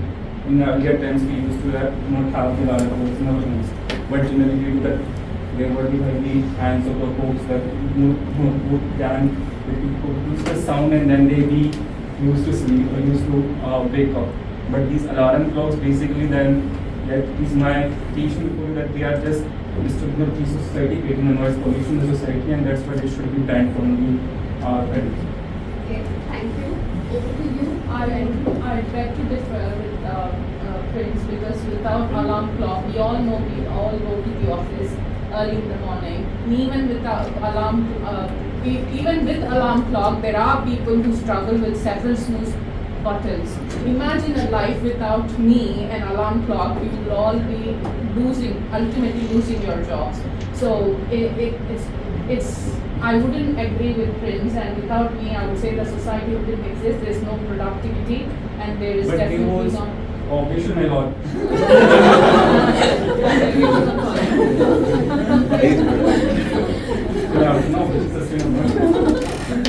So there were the ancient times where we didn't have the alarm clock, but we used to wake up around the 5 o'clock or 5:30 or 4 o'clock with the sunrise. So why should we use the alarm clock to wake up? But on those days, you were not working round the clock. You were not going to bed at 12 and waking up at 6 or 7 in the morning to get to your office days. And even for like things like baking or things like that, people depend on phones and things heavily. And I cannot imagine a world without alarm clock. It's definitely going to be a civilizational miss there if you go without alarm clock. Thank you. So, thank you to decide whether the defendant has been able to defend themselves or not. So, whether they're guilty, anyone who's voting that they're guilty, that is with Prince. Is the answer? And who all say that the alarm clock is not guilty. No to clocks. So, okay. I think the alarm clock is not guilty. Thank you guys. Okay. Over to the second case. And anyone else who would like to guest a member? Anyone? I think so. I think just settle the microphone and then we can talk.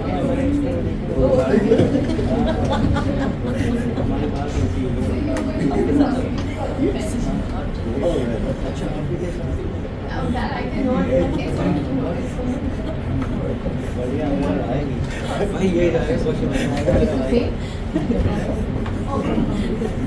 this is the case.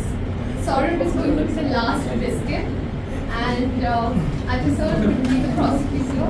These are the cues for the charges that you can attack him with.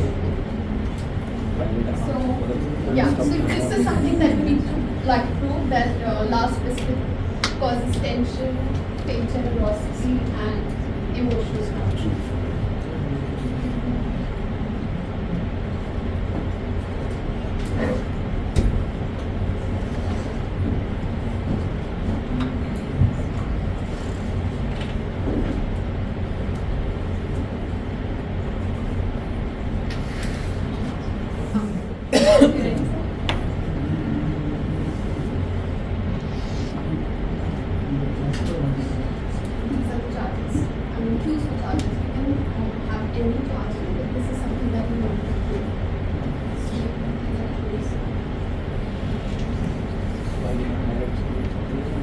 My belief is that when people sit across a table having tea, coffee, whatever snacks, maybe in this case a biscuit, the purpose is not to eat something or feed somebody, but it is to interact with human beings on your intellectual level or what you feel is right. So whether it's a biscuit or it's a toast or it's a ramen, those are least dependent on the relationship we engage with and the time we spend, but not creating it like a judgment on saying, listen, this is the last biscuit, if you have it, the table is over. So let biscuit move away from the relationship of spending time and enjoying a good cup of coffee and go back to the conversation that we had rather than saying. Any Biscoff or Oreo fans over here? What I'm trying to portray is just imagine that Biscoff standing on this place right in front of you. Just imagine the amount of joy it would give you once you pick it up. Look at its texture. You just sniff and smell the fragrance of that biscuit. And once you put it in your mouth, that sugary high that you get, is that even worth anything? I think that is the biggest joy you can ever have in your life. The biscuit in your mouth or the Oreo in your mouth. Some people who are Oreo fans over it, just imagine just opening the biscuit up, looking at the cream, then licking it. These are like little joys, and how could you even discount that? That kind of joy. Just imagine you're depressed, you're having a bad day. There's another biscuit. Can I add to that? Yes, please. You're missing the this is the wheat from the shaft. The question is, are you see if you enjoy Oreo, if you enjoy that one biscuit, which is dipped in the tea, you can do that yourself. You don't need people around. What I was saying was, I'm moving away to a larger environment. That if you are meeting somebody, tea, coffee, biscuits, they're all intermediaries. But your basic takeaway is, who have you met? Who have you decided to spend your time with? Is your time that important that you want to take something worthwhile from it? Or are you just passing time? If you're passing time, then have tea and snacks.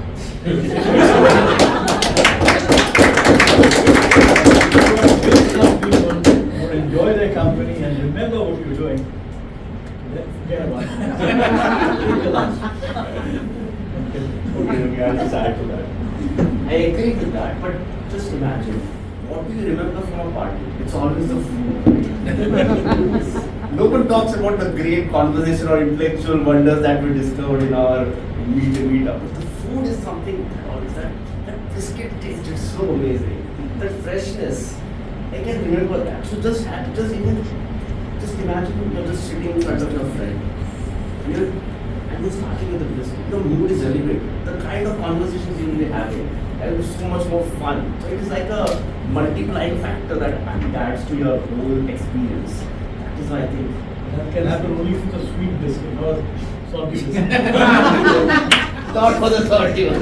So, who thinks that the last biscuit, over here the thing was last, so the last biscuit, do you think that they are guilty, that they do cause tension, fake generosity and emotional crumbs on the table?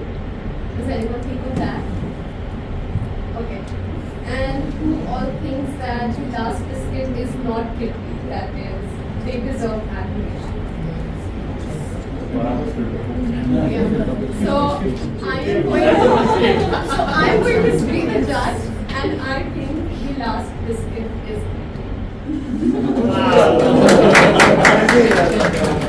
He doesn't like it. You should be by our side.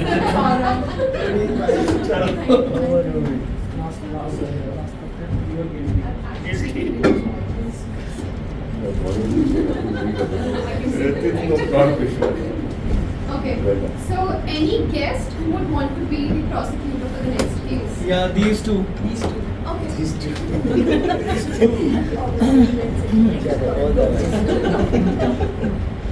So one of Both.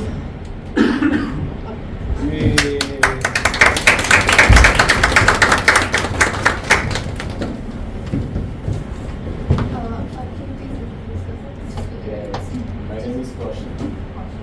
and I'm Dini. Thank you. So this is your case. Which one of you wants to be the prosecutor? Before reading, okay, you want to be the prosecutor. So you are the Monday, and the charge that we're gonna that you have heard is that Monday is the worst day of the week, and you are going to defend yourself that it's a fresh start and you bring new opportunities.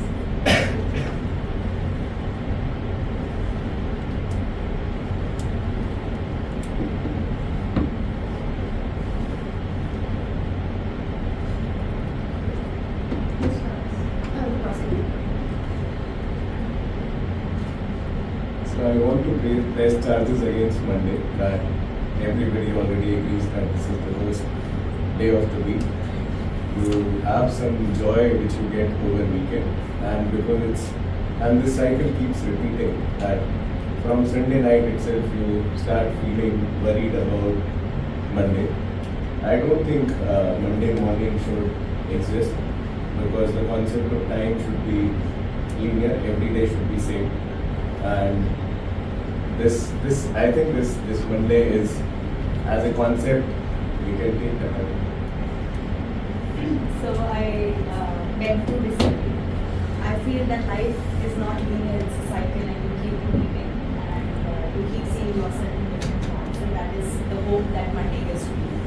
And Monday gives you a hope that Tuesday will come, and then Sunday will come, and Sunday will cry, and then Monday will be the boss again. So it gives you the exact representation that life is a circle. So already, like in day's concept, the nature has made that sunrise, sunset, night comes, wake up again. Already we have a cycle built in. Why do we have another cycle which is 7 day? I live in the cycle of 1 day, right?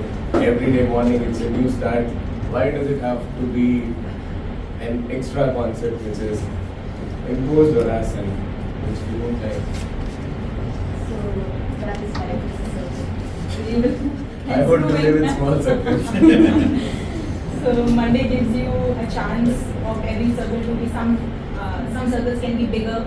The weeks can feel that the whole week is quite big, and another Monday can make your life super exciting when you're going on a trip, and it can make you feel the 7 days very short.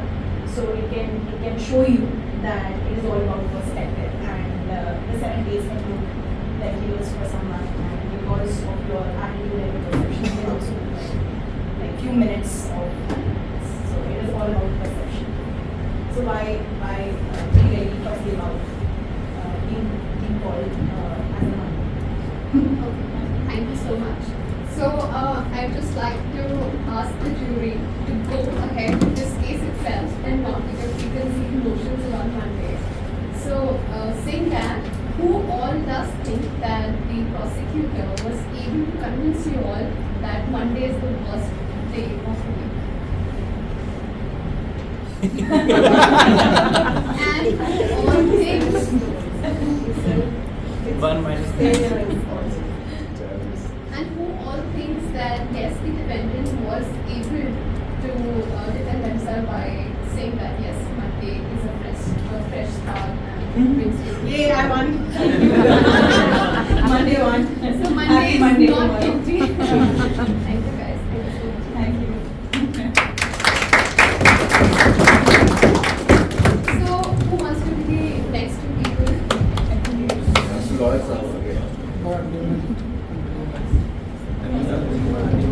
Order. Thank you for sending us.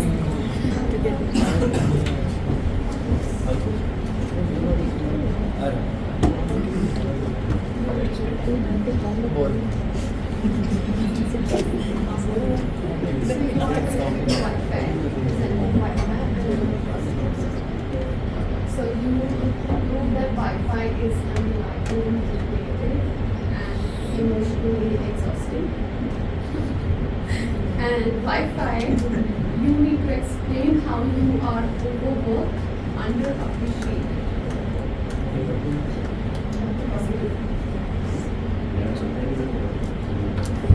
Hello everyone.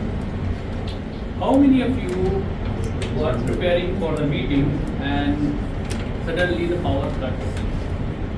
You raise your hand. How many of you faced this issue? Go ahead.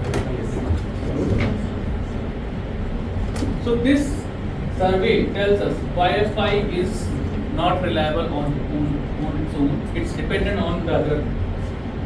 That is the thing which is saying that Wi-Fi is a fake entity. Wi-Fi itself is not a Wi-Fi.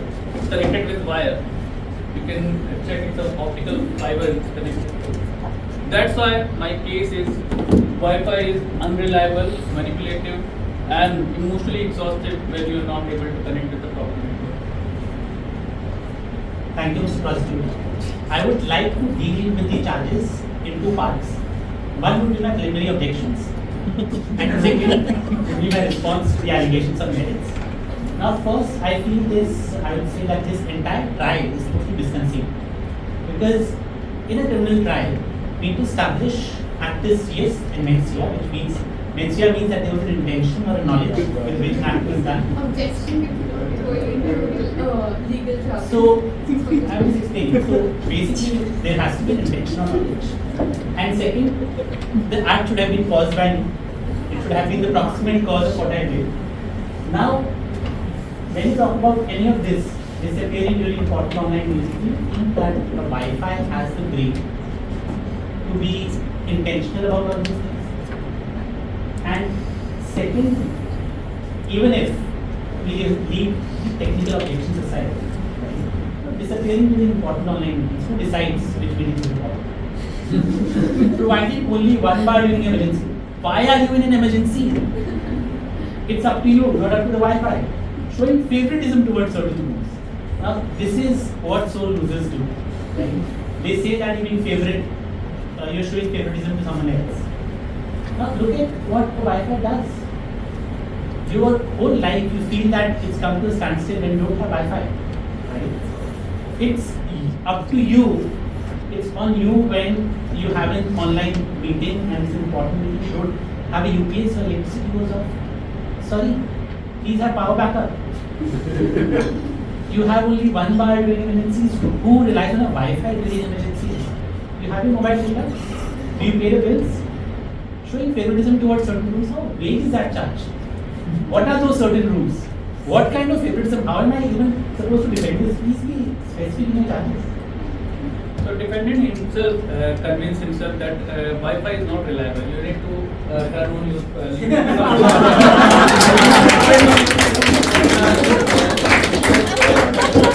the case is best.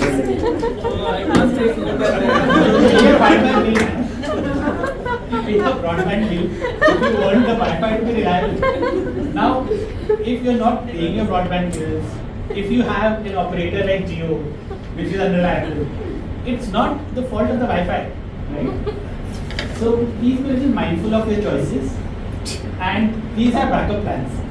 So here the charges is not about the bill. This is about the Wi-Fi. The Wi-Fi itself is a technology, so it does not depend on Airtel, Jio or anything else. If your Wi-Fi itself is wrong, then Airtel, Jio cannot do anything about it. So the technology, Wi-Fi itself, I'm saying again, it's a fake. It's not Wi-Fi. It's dependent on the wires and the optical fibers. So that is why it's a unreliable, and you have to make sure double thing like my defender has said that you have to turn on the mobile hotspot and you have to rely on another element and maybe connect some optical fiber or the Ethernet to your laptop when you have important meeting. That is why all the offices, even this office is connected with the Ethernet there you can see. We're just going to have one closing statement from the defendant before the jury decides. I would just say one sentence. No intention, no knowledge, not a proximate cause of a disease, and those are merits. You all use Wi-Fi. Nobody is dishing. So now, jury, over to you. Who thinks that Wi-Fi is unreliable, manipulated, emotionally exhausting? That is, it is guilty of these charges.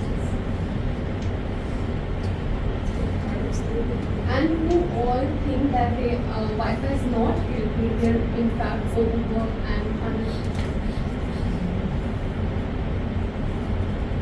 Okay. No. I think not guilty. So one is not guilty.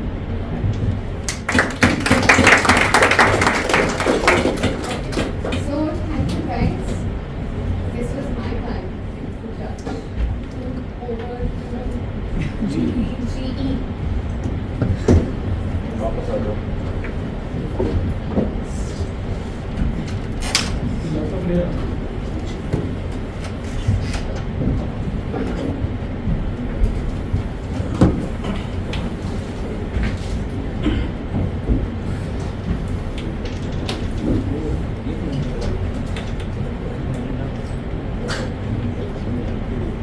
Thank you, Tanisha, for that engaging Kritika.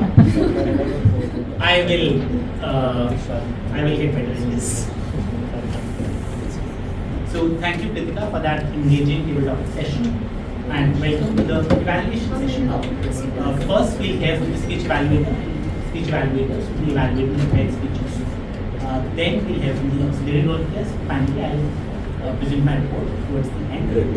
Without further ado, I would like to invite to the stage our first evaluator, Sanchita, who will be evaluating Tanisha's speech. I'm back evaluating Toastmaster Tanisha today, who was giving her level 1 project 1 from presentation mastery, the icebreaker speech. Well, Tanisha, many congratulations for the new beginnings. Welcome to the journey of communication of Toastmasters. To me, honestly, it felt like you had a different gap, and you ensured to mesmerize the audience with the gift of speech, that is, finding your voice. It seemed like the speech was artistically wrapped in one word called courage. When you started with a rhetoric question called how many of you are afraid of doing something, and you do it anyway. I think that was a question that was actually relatable to all of us here, and you immediately captured the attention of the audience. You went on with the stories from your personal life, which we really appreciate in Toastmasters, being very genuine and honest about your daily life, your conversations, or your stories that are actually very relatable.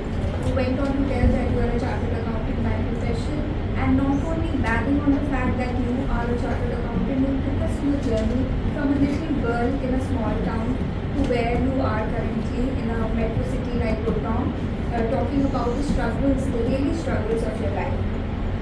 Not only this, the little humor, the little giggles that I could hear from the audience members was the cherry on the top, which is actually how you articulate a speech, not only making it very, very serious or very monotonous and expectable, but the little chuckles of laughter that I could hear from the audience member moved the room actually. You maintained a smile on your face throughout the speech, which was a wow factor for me, which I really don't see in icebreaker speeches, so congratulations on that. And the overall structure of the speech, when you started with a question and you ended with the same question, wrapping your entire gift that you had of the speech, made it exceptionally well, and that's how we are taught to structure a speech in Toastmasters. Finding your voice was the title of the speech, and you ended on finding your voice, actually finding your voice. So well done on the articulation front. The commendations that I had for you are most generically with respect to body language, where I noticed that most of the times you had clasped hands, which you can actually work upon. Then the usage on the stage, you were mostly on the left side of your stage. You can take the center stage, you can take the right hand side of the stage as well. So more movement in terms of stage. Otherwise, I feel to begin with, you will experience more and more of how you are more generically comfortable on the stage, and over a period of time you will develop your comfortable factor, and that's how you keep challenging yourself. All in all, I thought it was a fantastic icebreaker speech. None of us I spoke to felt that it was an icebreaker, so you did it fantastically well, and I'm glad you found your voice here at Toastmasters. Thank you so much. Thank you, Sanchita. Now I invite our second evaluator who will be evaluating Iman's speech. Please give a huge round of applause to Sarah.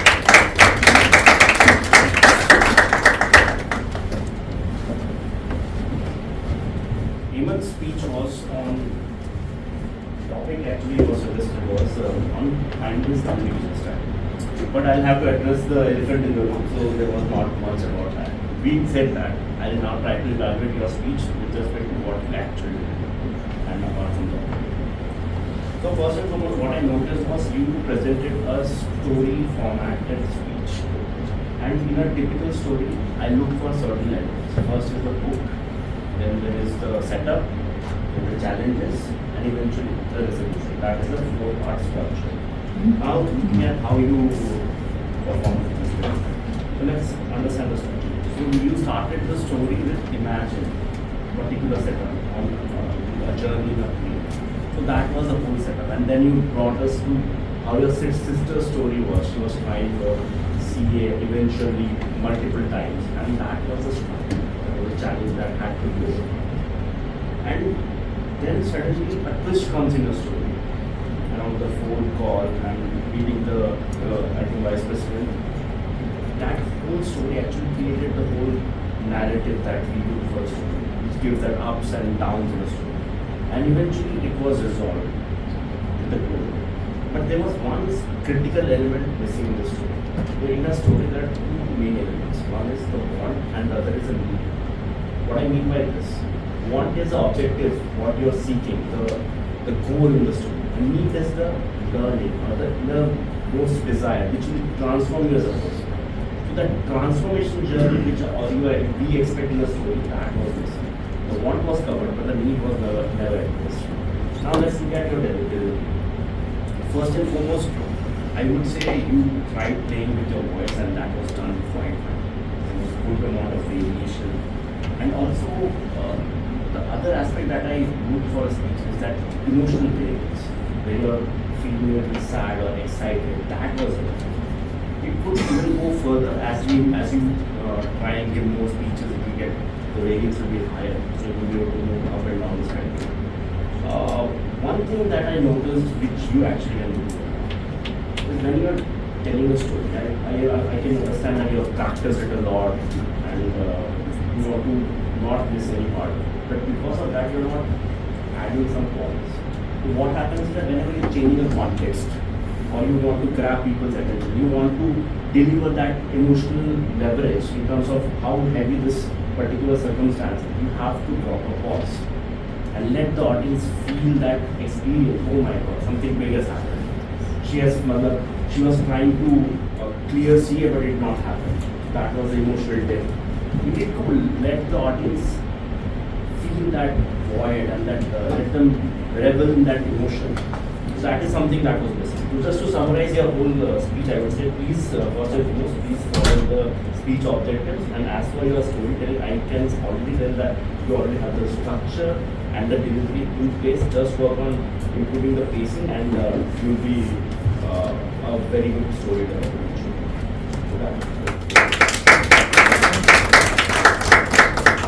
Finally, our last evaluator will be evaluating Akash speech. Please give a applause.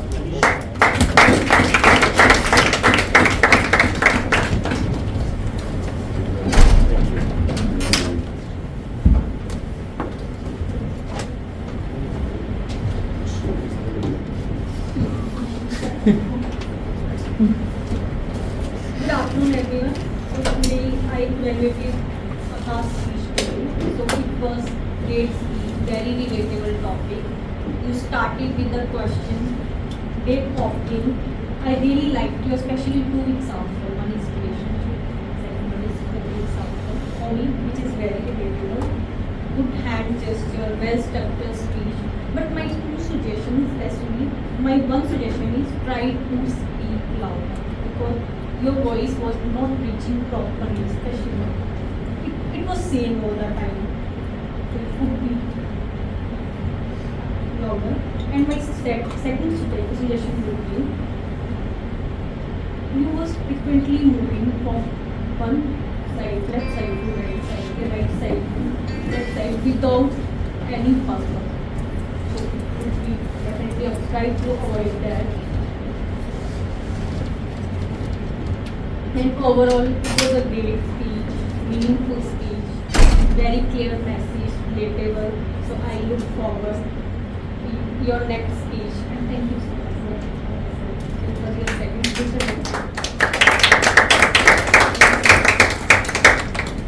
Thank you, Alicia. I'll very briefly evaluate the speech evaluations. All the evaluators tried to give encouraging evaluations that what we try to do in speeches. One thing common which I noticed in all the speech evaluations was all the speakers were referring to the speakers as you, and mostly looking at them, talking to them. The evaluation is for the entire audience. Right? As an evaluator, you are telling the audience that how could a person deliver a speech better, or what are the good things that they did, which you could also emulate. So, for all the speech evaluators, whenever you are evaluating, try to refer to the speaker in the third person. So, I usually would use the name of the speaker, and I would say that Anisha did this fantastically well, and I felt that she could have improved here, there. So, referring to the speaker in the third person, your speech will be everything. Second, I was looking at Sanchita's evaluation. She did not have a summary at the end.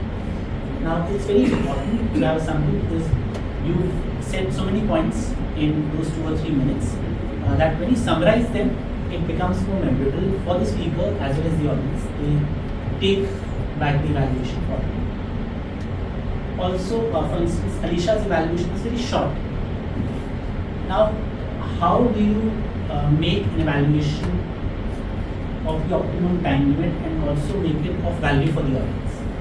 Now, when you're talking about recommendations, let's come to commendations. Every commendation has 3 parts: what,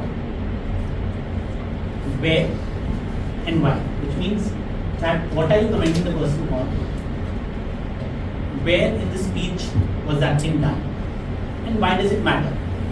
So, for instance, if you're commending a speaker on using a question right in the beginning, right? So you say that in the opening, the speaker used this question.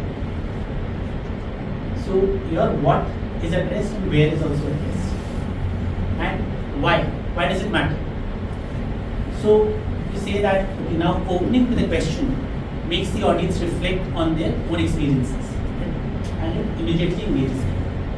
So when you have that kind of a structure for a commendation, and also when you talk about recommendations, the recommendation has another layer added to it, that which is how. So what, where, why, and how. How do you improve? What do you do to improve?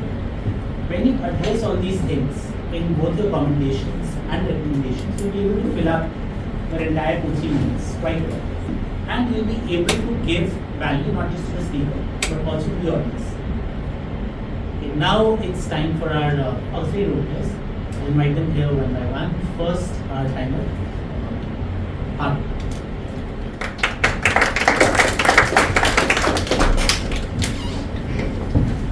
Thank you. When I started the role, I already had the agenda from the education team and I thought it's going to be a great one. But there are so many sections in between that we didn't account for, and also the boogie, like 2 speakers coming at the same time in table topics. But anyways, I will only talk about people who used the grace time and exceeded it. The first one will be the third speaker, Toastmaster Akash, who used his grace time. Then table topics exceeded the overall time and used the grace time. Our keynote speaker also exceeded his time. Evaluators, the first 2 of them exceeded their grace time. The first one exceeded the grace time, the second one used the grace time, and the third one reduced it to a huge extent.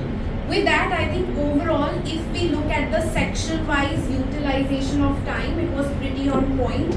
With special recommendation to the Toastmaster of the day, you were very well in point and not exceeded at all.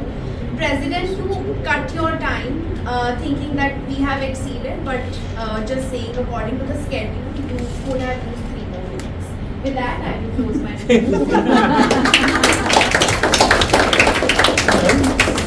Actually, Badal, I was moving down the time to the keyboard actually exceeded by 7 minutes. After giving him a benefit of the 15 minutes, so basically the agenda should have started from 10:30. It starts from 10:15 and it is. After giving him the benefit of those 15 minutes, he exceeded by 7 minutes. Time is not reliable. I was well under the 3 minute. Yeah, doubt the time would know. Now I'll invite on stage our counter here. Good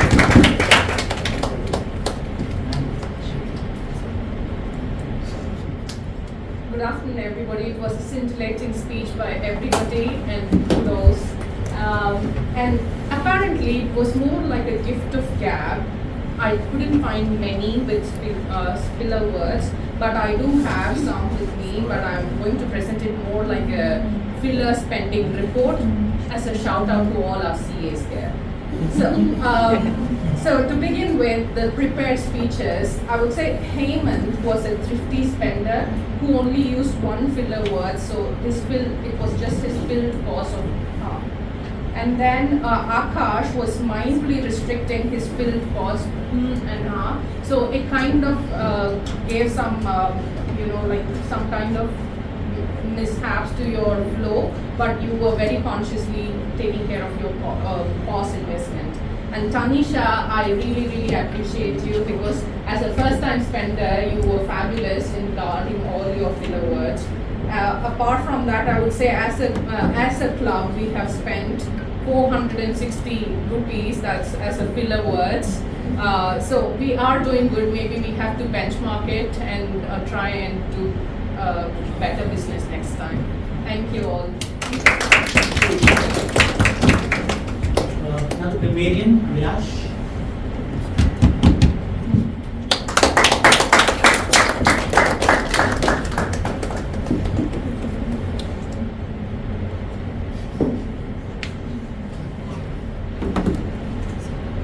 Thank you everyone for making this meeting entertaining and scintillating.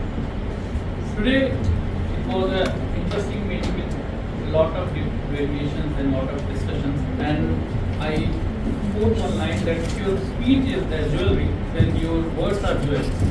So there has been a very limited use of those jewels. So I would name Sanchita and Hema as word of the day and reading of the day. And there were interesting lines and interesting words has been used during this discussion. Like Sanchita has used chuckle of laughter and wrap up with courage. That was a very interesting line. Apart from that, Postmaster Akash has used very technical term like comfort fallacy, and Manish has used the planted the seed. So these are the few interesting words which can be leveraged to other speeches. Apart from that, there were some general words like vividly remember and list quotes or thoughts saying that whatever you like. So these are the things which can be leveraged into your speech. So that's all for today. Thank you, Vilash. Now for the active listener, Priya.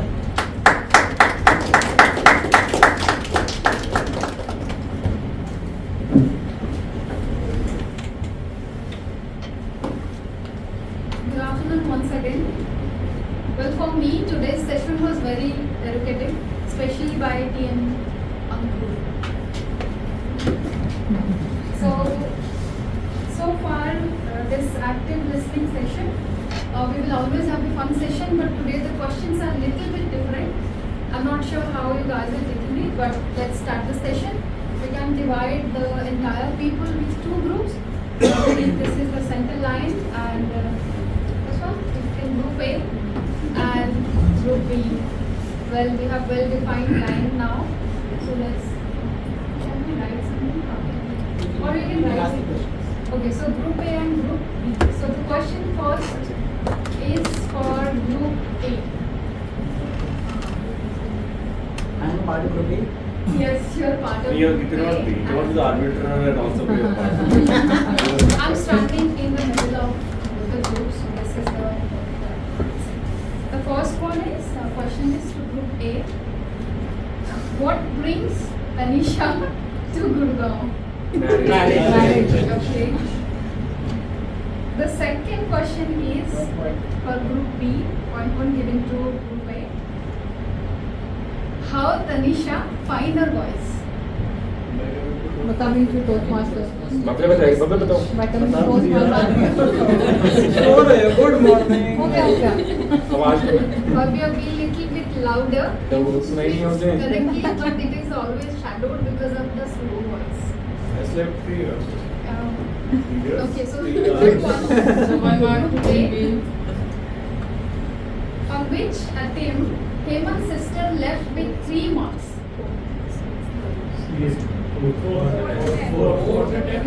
Fourth में तो 5 marks से थी भाई. Is it right? Yes, that's right. What could be to group B? What could be the best title that we can give to Heman's speech? What was the speech name? Not the final result. Not the final result. So what do you think? What could be the best title it could be? Or the title which is already given? Questions are tough for us यार, उनके लिए easy हैं. There is favoritism. The CS story. Okay, Any struggle. GTMC sponsored मैं passion for CA becoming a CA. Passion. आऊँगी मैं वापस. Never give up. CA is not the end. Never give up would be one. Yeah, never give up. Yeah, right. That's Or do not quit. Any chance from group A? Anyone want to say this? Hope is the? Anyone else? Okay, I can say for me, this is trust the process, because I'm coming here from 2.5 months, but still the moment I stand here, my heart sounds like nothing and I feel very nervous. So I feel when it is the time, I can speak like Ambu. So I still trusting the process. So for me, it is trust the process. Fifth is to group A again. Who won the table topic conflict in snack table? So according to the Zoom. Who won the table topic? Table topic. Conflict in snack table. Saurabh asked the Saurabh and asked the audience. It was a tie. The verdict by the jury. Was it in favor of Saurabh? No, it was It was a tie. The audience was guilty inside the case. Who was guilty? Who was guilty as per the jury? Saurabh was guilty. Yeah, Saurabh was guilty. मैंने क्या किया? मेरा जुर्म क्या है? The biscuit was guilty. Okay, right. Saurabh was the last biscuit. मैं biscuit नहीं है. Biscuit can be my dog's name, but not me. Question 5. This is to group B. That is a Sorry, word. this is question 6. You must say that. Okay, 5 question. This is to group B. There is one word that has been used so many times by Ankur in his keynote speech. What was the word? So many times. It has been used. अंकुर को भी नहीं पता. अंकुर को भी नहीं पता. अंकुर even doesn't know. I have noticed this.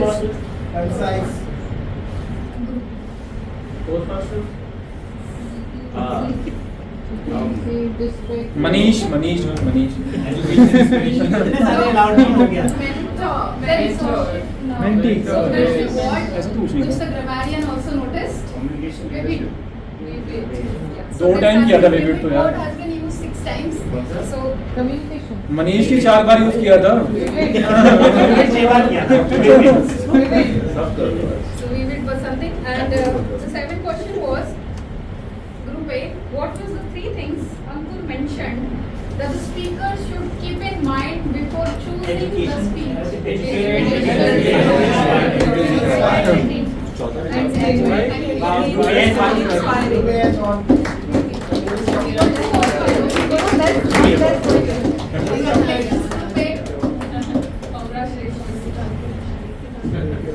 Thank you, Priya, for listening so intently and coming up with those questions. Now, I'll very quickly evaluate in time minutes. First, point of order, we start 1 minute late. Then, obviously, a meeting starts even before you come here. So, we had an agenda circulated this time. Great job. But we also had a poster flyer for the meeting and we've been seeing it for some time. So, great job behind the scenes before the meeting. Then coming to the Sergeant at Arms, he read out the rules very well.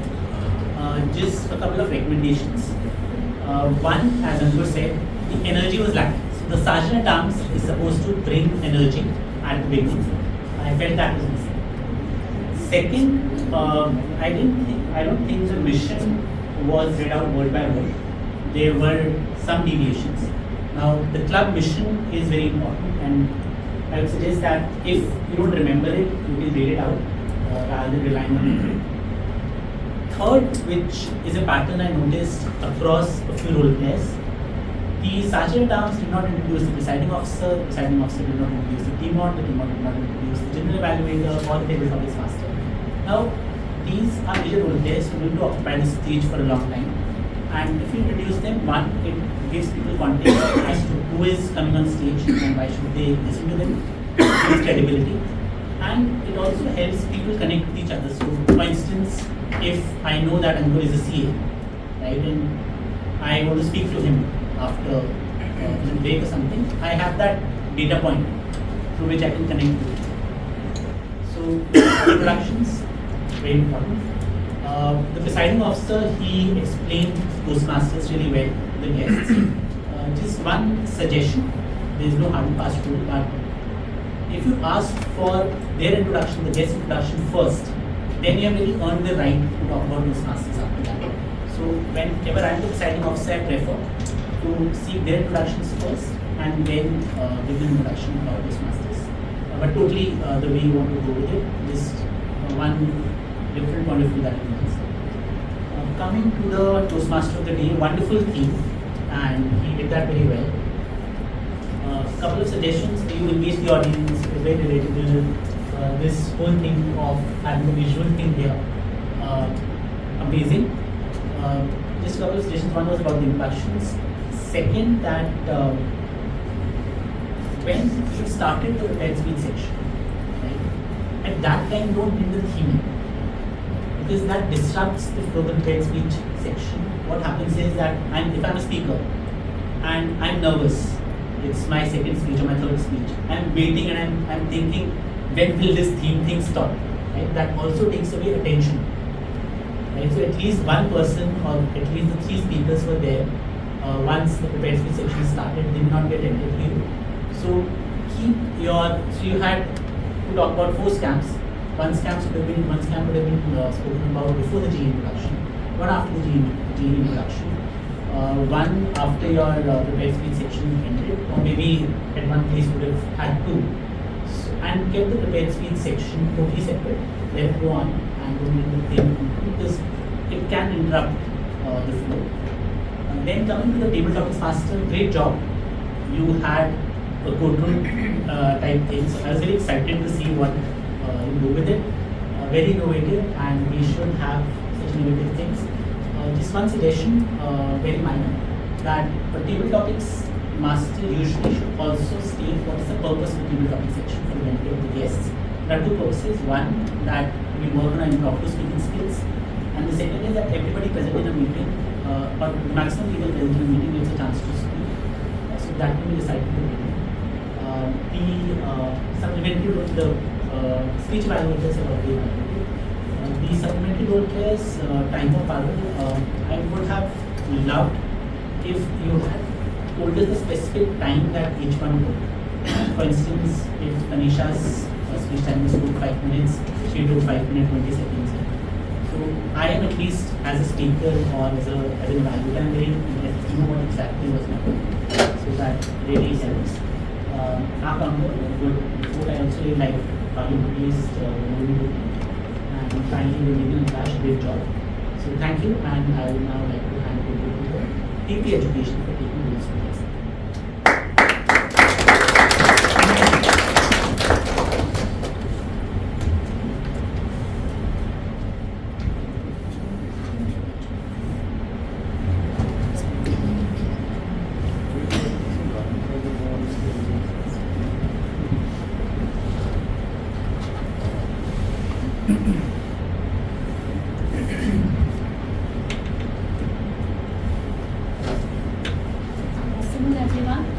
So let's decide the roles for the next meeting.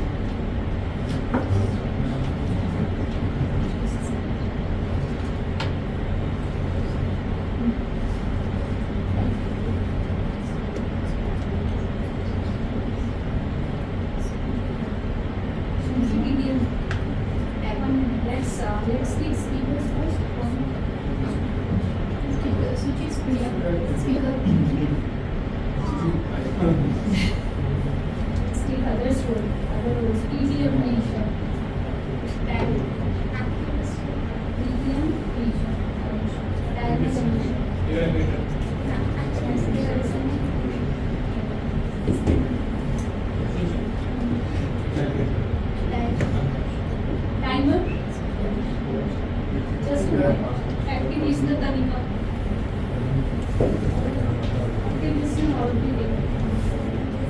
Our counter. I get it. Anymore. She's there.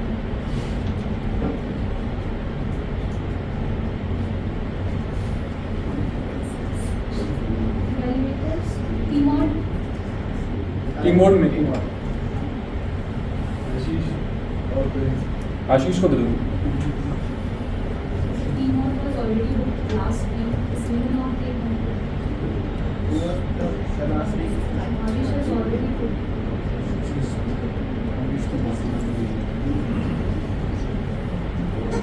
G. Who would like to take G leads?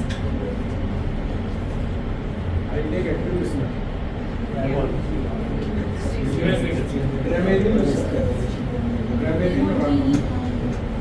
PTM.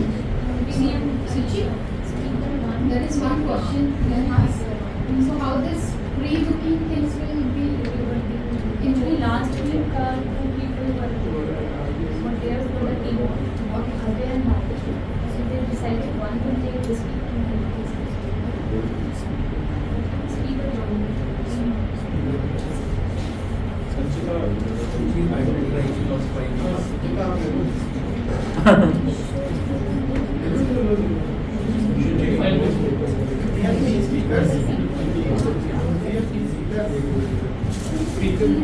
Moment अब कुछ करना नहीं पड़ता सुची हो गया हम लोग बांध दे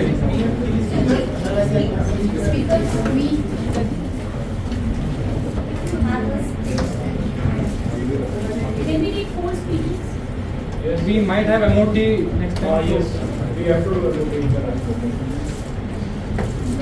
Next week,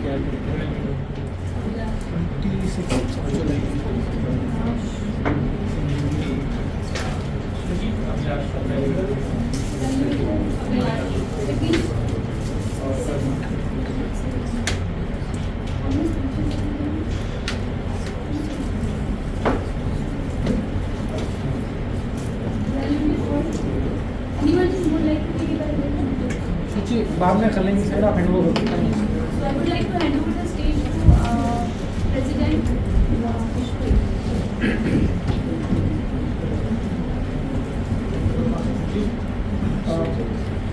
So voting forms are already rolled out. Can I get one?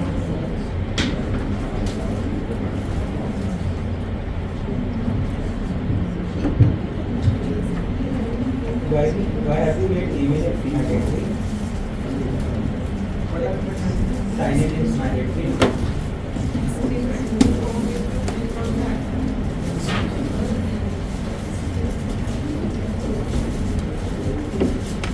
Yes, so we'll take that into consideration for the next time. So for education team, the form doesn't have to be mandatory because it gets rolled out in the guest group and people might not have the Google mail access. So a quick roll call for all the people contesting for various best known developers, etc. So best speaker starting with Tanisha, raise your hand. Hemant, then Akash, best evaluator Sanchita, GTM Saurabh, raise your hand. Alisha, best auxiliary role player, our counter Toastmaster Timer Toastmaster Parul, Remedian Toastmaster Abhilash, active listener Toastmaster Priya, best role player T-Mod Bhavya, raise your hand. GTM Manish, table topic master Kritika, best table topic master O. So there is a duo. Hema and TM Prince. Saurabh and Toastmaster Ajay. Guest Kaushal and guest Giri. They have left for the day. Manish and Abhilash. So please vote for your respective choices. Thank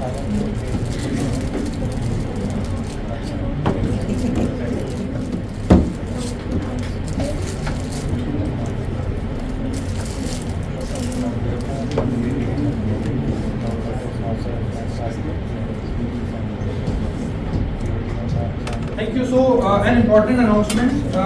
The fees for Toastmasters is planned to be increased from 1st of August. So, request all the members to please renew if they wish to continue from October onwards. So, the revised fees, the revised renewals that we will be doing will be for October to March tenure. So, if you are interested in continuing October and beyond, then please reach out to Toastmaster Sachin, Toastmaster Abhilash or Toastmaster Bhavya, any of the three. And you can renew for 6 months or you can renew for 1 year as well. So that's something that request all members to pay attention to, because 1st August onwards the fee will increase. So currently our fee is 8100, which can go to about 9600 if the renewal is done post 1st of August. So please keep that in mind. And we had taken some of the guest introductions, but some of the guests were left. So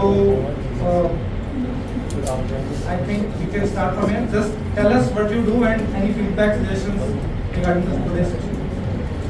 My name is Rajesh. I'm a manager presented at Amazon. We have a very vast AI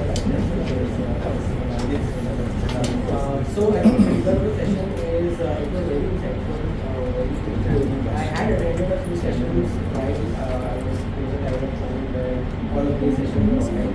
Not on this particular center, it was some other club. But I think this time in person it was much better.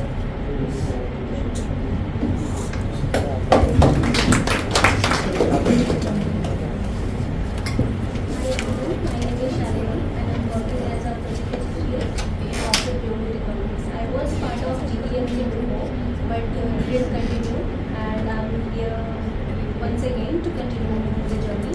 And the feedback I will give that I have already always find this club as a good opportunity to communicate and enhance your network. So it's a positive thing from my side. Thank you. Hello everyone, I am Sunil Barnawal. I am a renewable energy expert and have been into electricity sector for almost 20 years.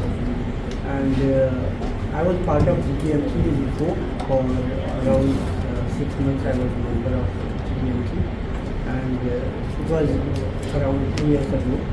And now I am willing to continue again. Hi. I'm good. I have around 23 years plus experience in corporate and still going on. I'm very comfortable in giving presentations when slides are there. But how to speak just in there on a topic when there is nothing as an agenda what is going on, how you are articulating your thoughts. My goal is to become one of the most sort of curator, and that is why I'm trying to get things collected here. Put all my courage here. I'm excited also, some anxiety also, some nervousness also, and it was excellent sessions today, and a lot to learn from every one of you, your experiences, and hope I will be able to continue and take the membership. Thank you.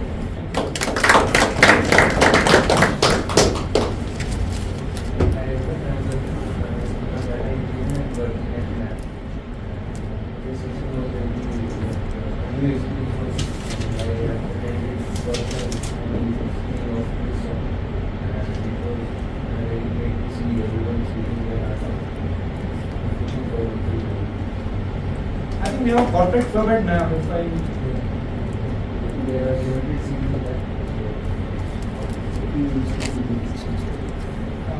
yes, sir.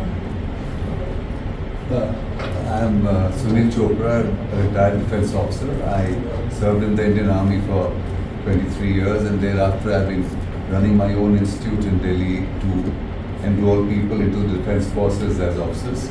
the UPC exam and the interviews. And interviews in the defense forces are very complicated affair. And recently only I have kind of taken actual retirement. And my daughter is in the US, and in San Francisco she's joined one of the clubs of this sort, and she's, I think, presently the president there. And she just told me that while you have a lot of time at hand, so why don't you go and explore this place? So I've just come here to explore and to find how I can be useful to the people here, or how I can learn things from this place even at this age. And then I've met Sir here, who's even 8-9 years elder to me, and it was very encouraging to see him being here. And I was a little skeptical when I came here that probably I'll be a little too senior in service, but then seeing him has encouraged me even more. Maybe it gives me better insight into what the things are all about. Thank you for that. Thank you.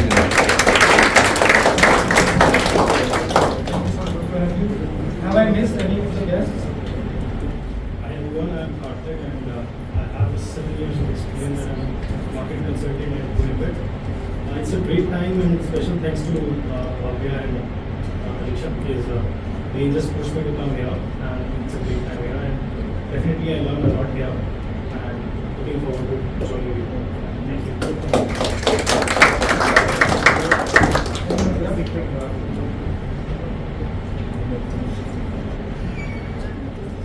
Hello everyone, myself is Prasad, and I'm graduating in Korean language, and I carry 10 years of work experience. And yeah, if you talk about this station, really it was very interactive, and I really like the station the way you plan, like evaluate speaker, and some people are calculating the time as well. So people like me, it's like I face very hesitation and nervous when I stand in front of the people with a multiple eye contact. So for me, it's a very beneficial for me, and I would love to join the classes. That's all. And which team the results are from?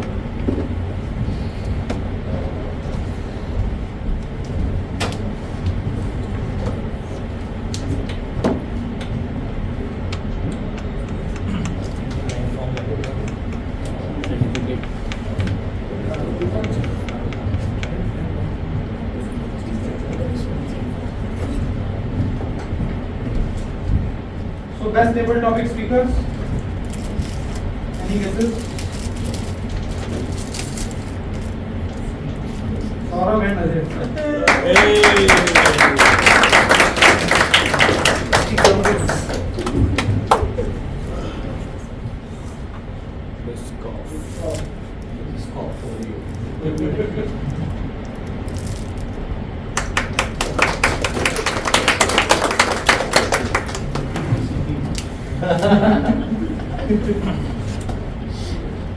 खाना भी सब खाएंगे biscuit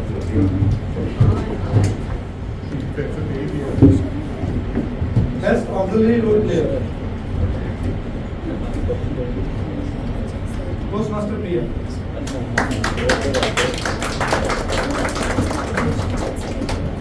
Collections of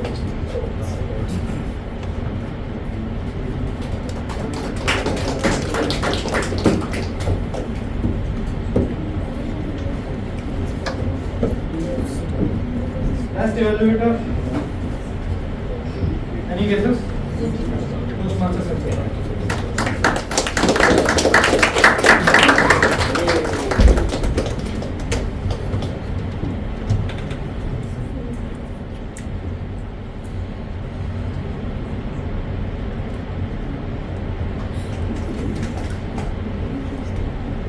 Best role player. Our own over enthusiastic news reporter, Postmaster Bhavya.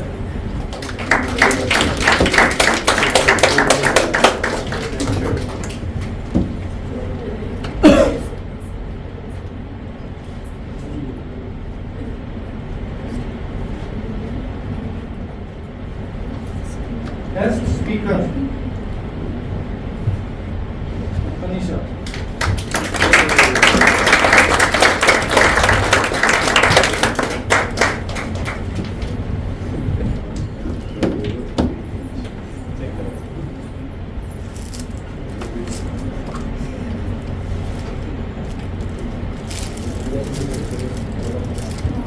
also the need of our country. So thank you everyone for making this session energetic and lively. Special thanks to Toastmaster Ankur.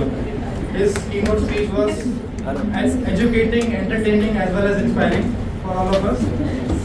And thanks a lot to General Manager Toastmaster Manish.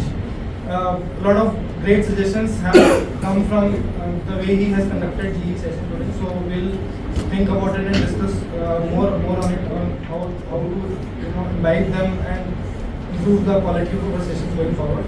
And my apologies for exceeding the time by 20 minutes. So thank you. 26 minutes. So I call for the closure of the session. Thank you. Let's meet again.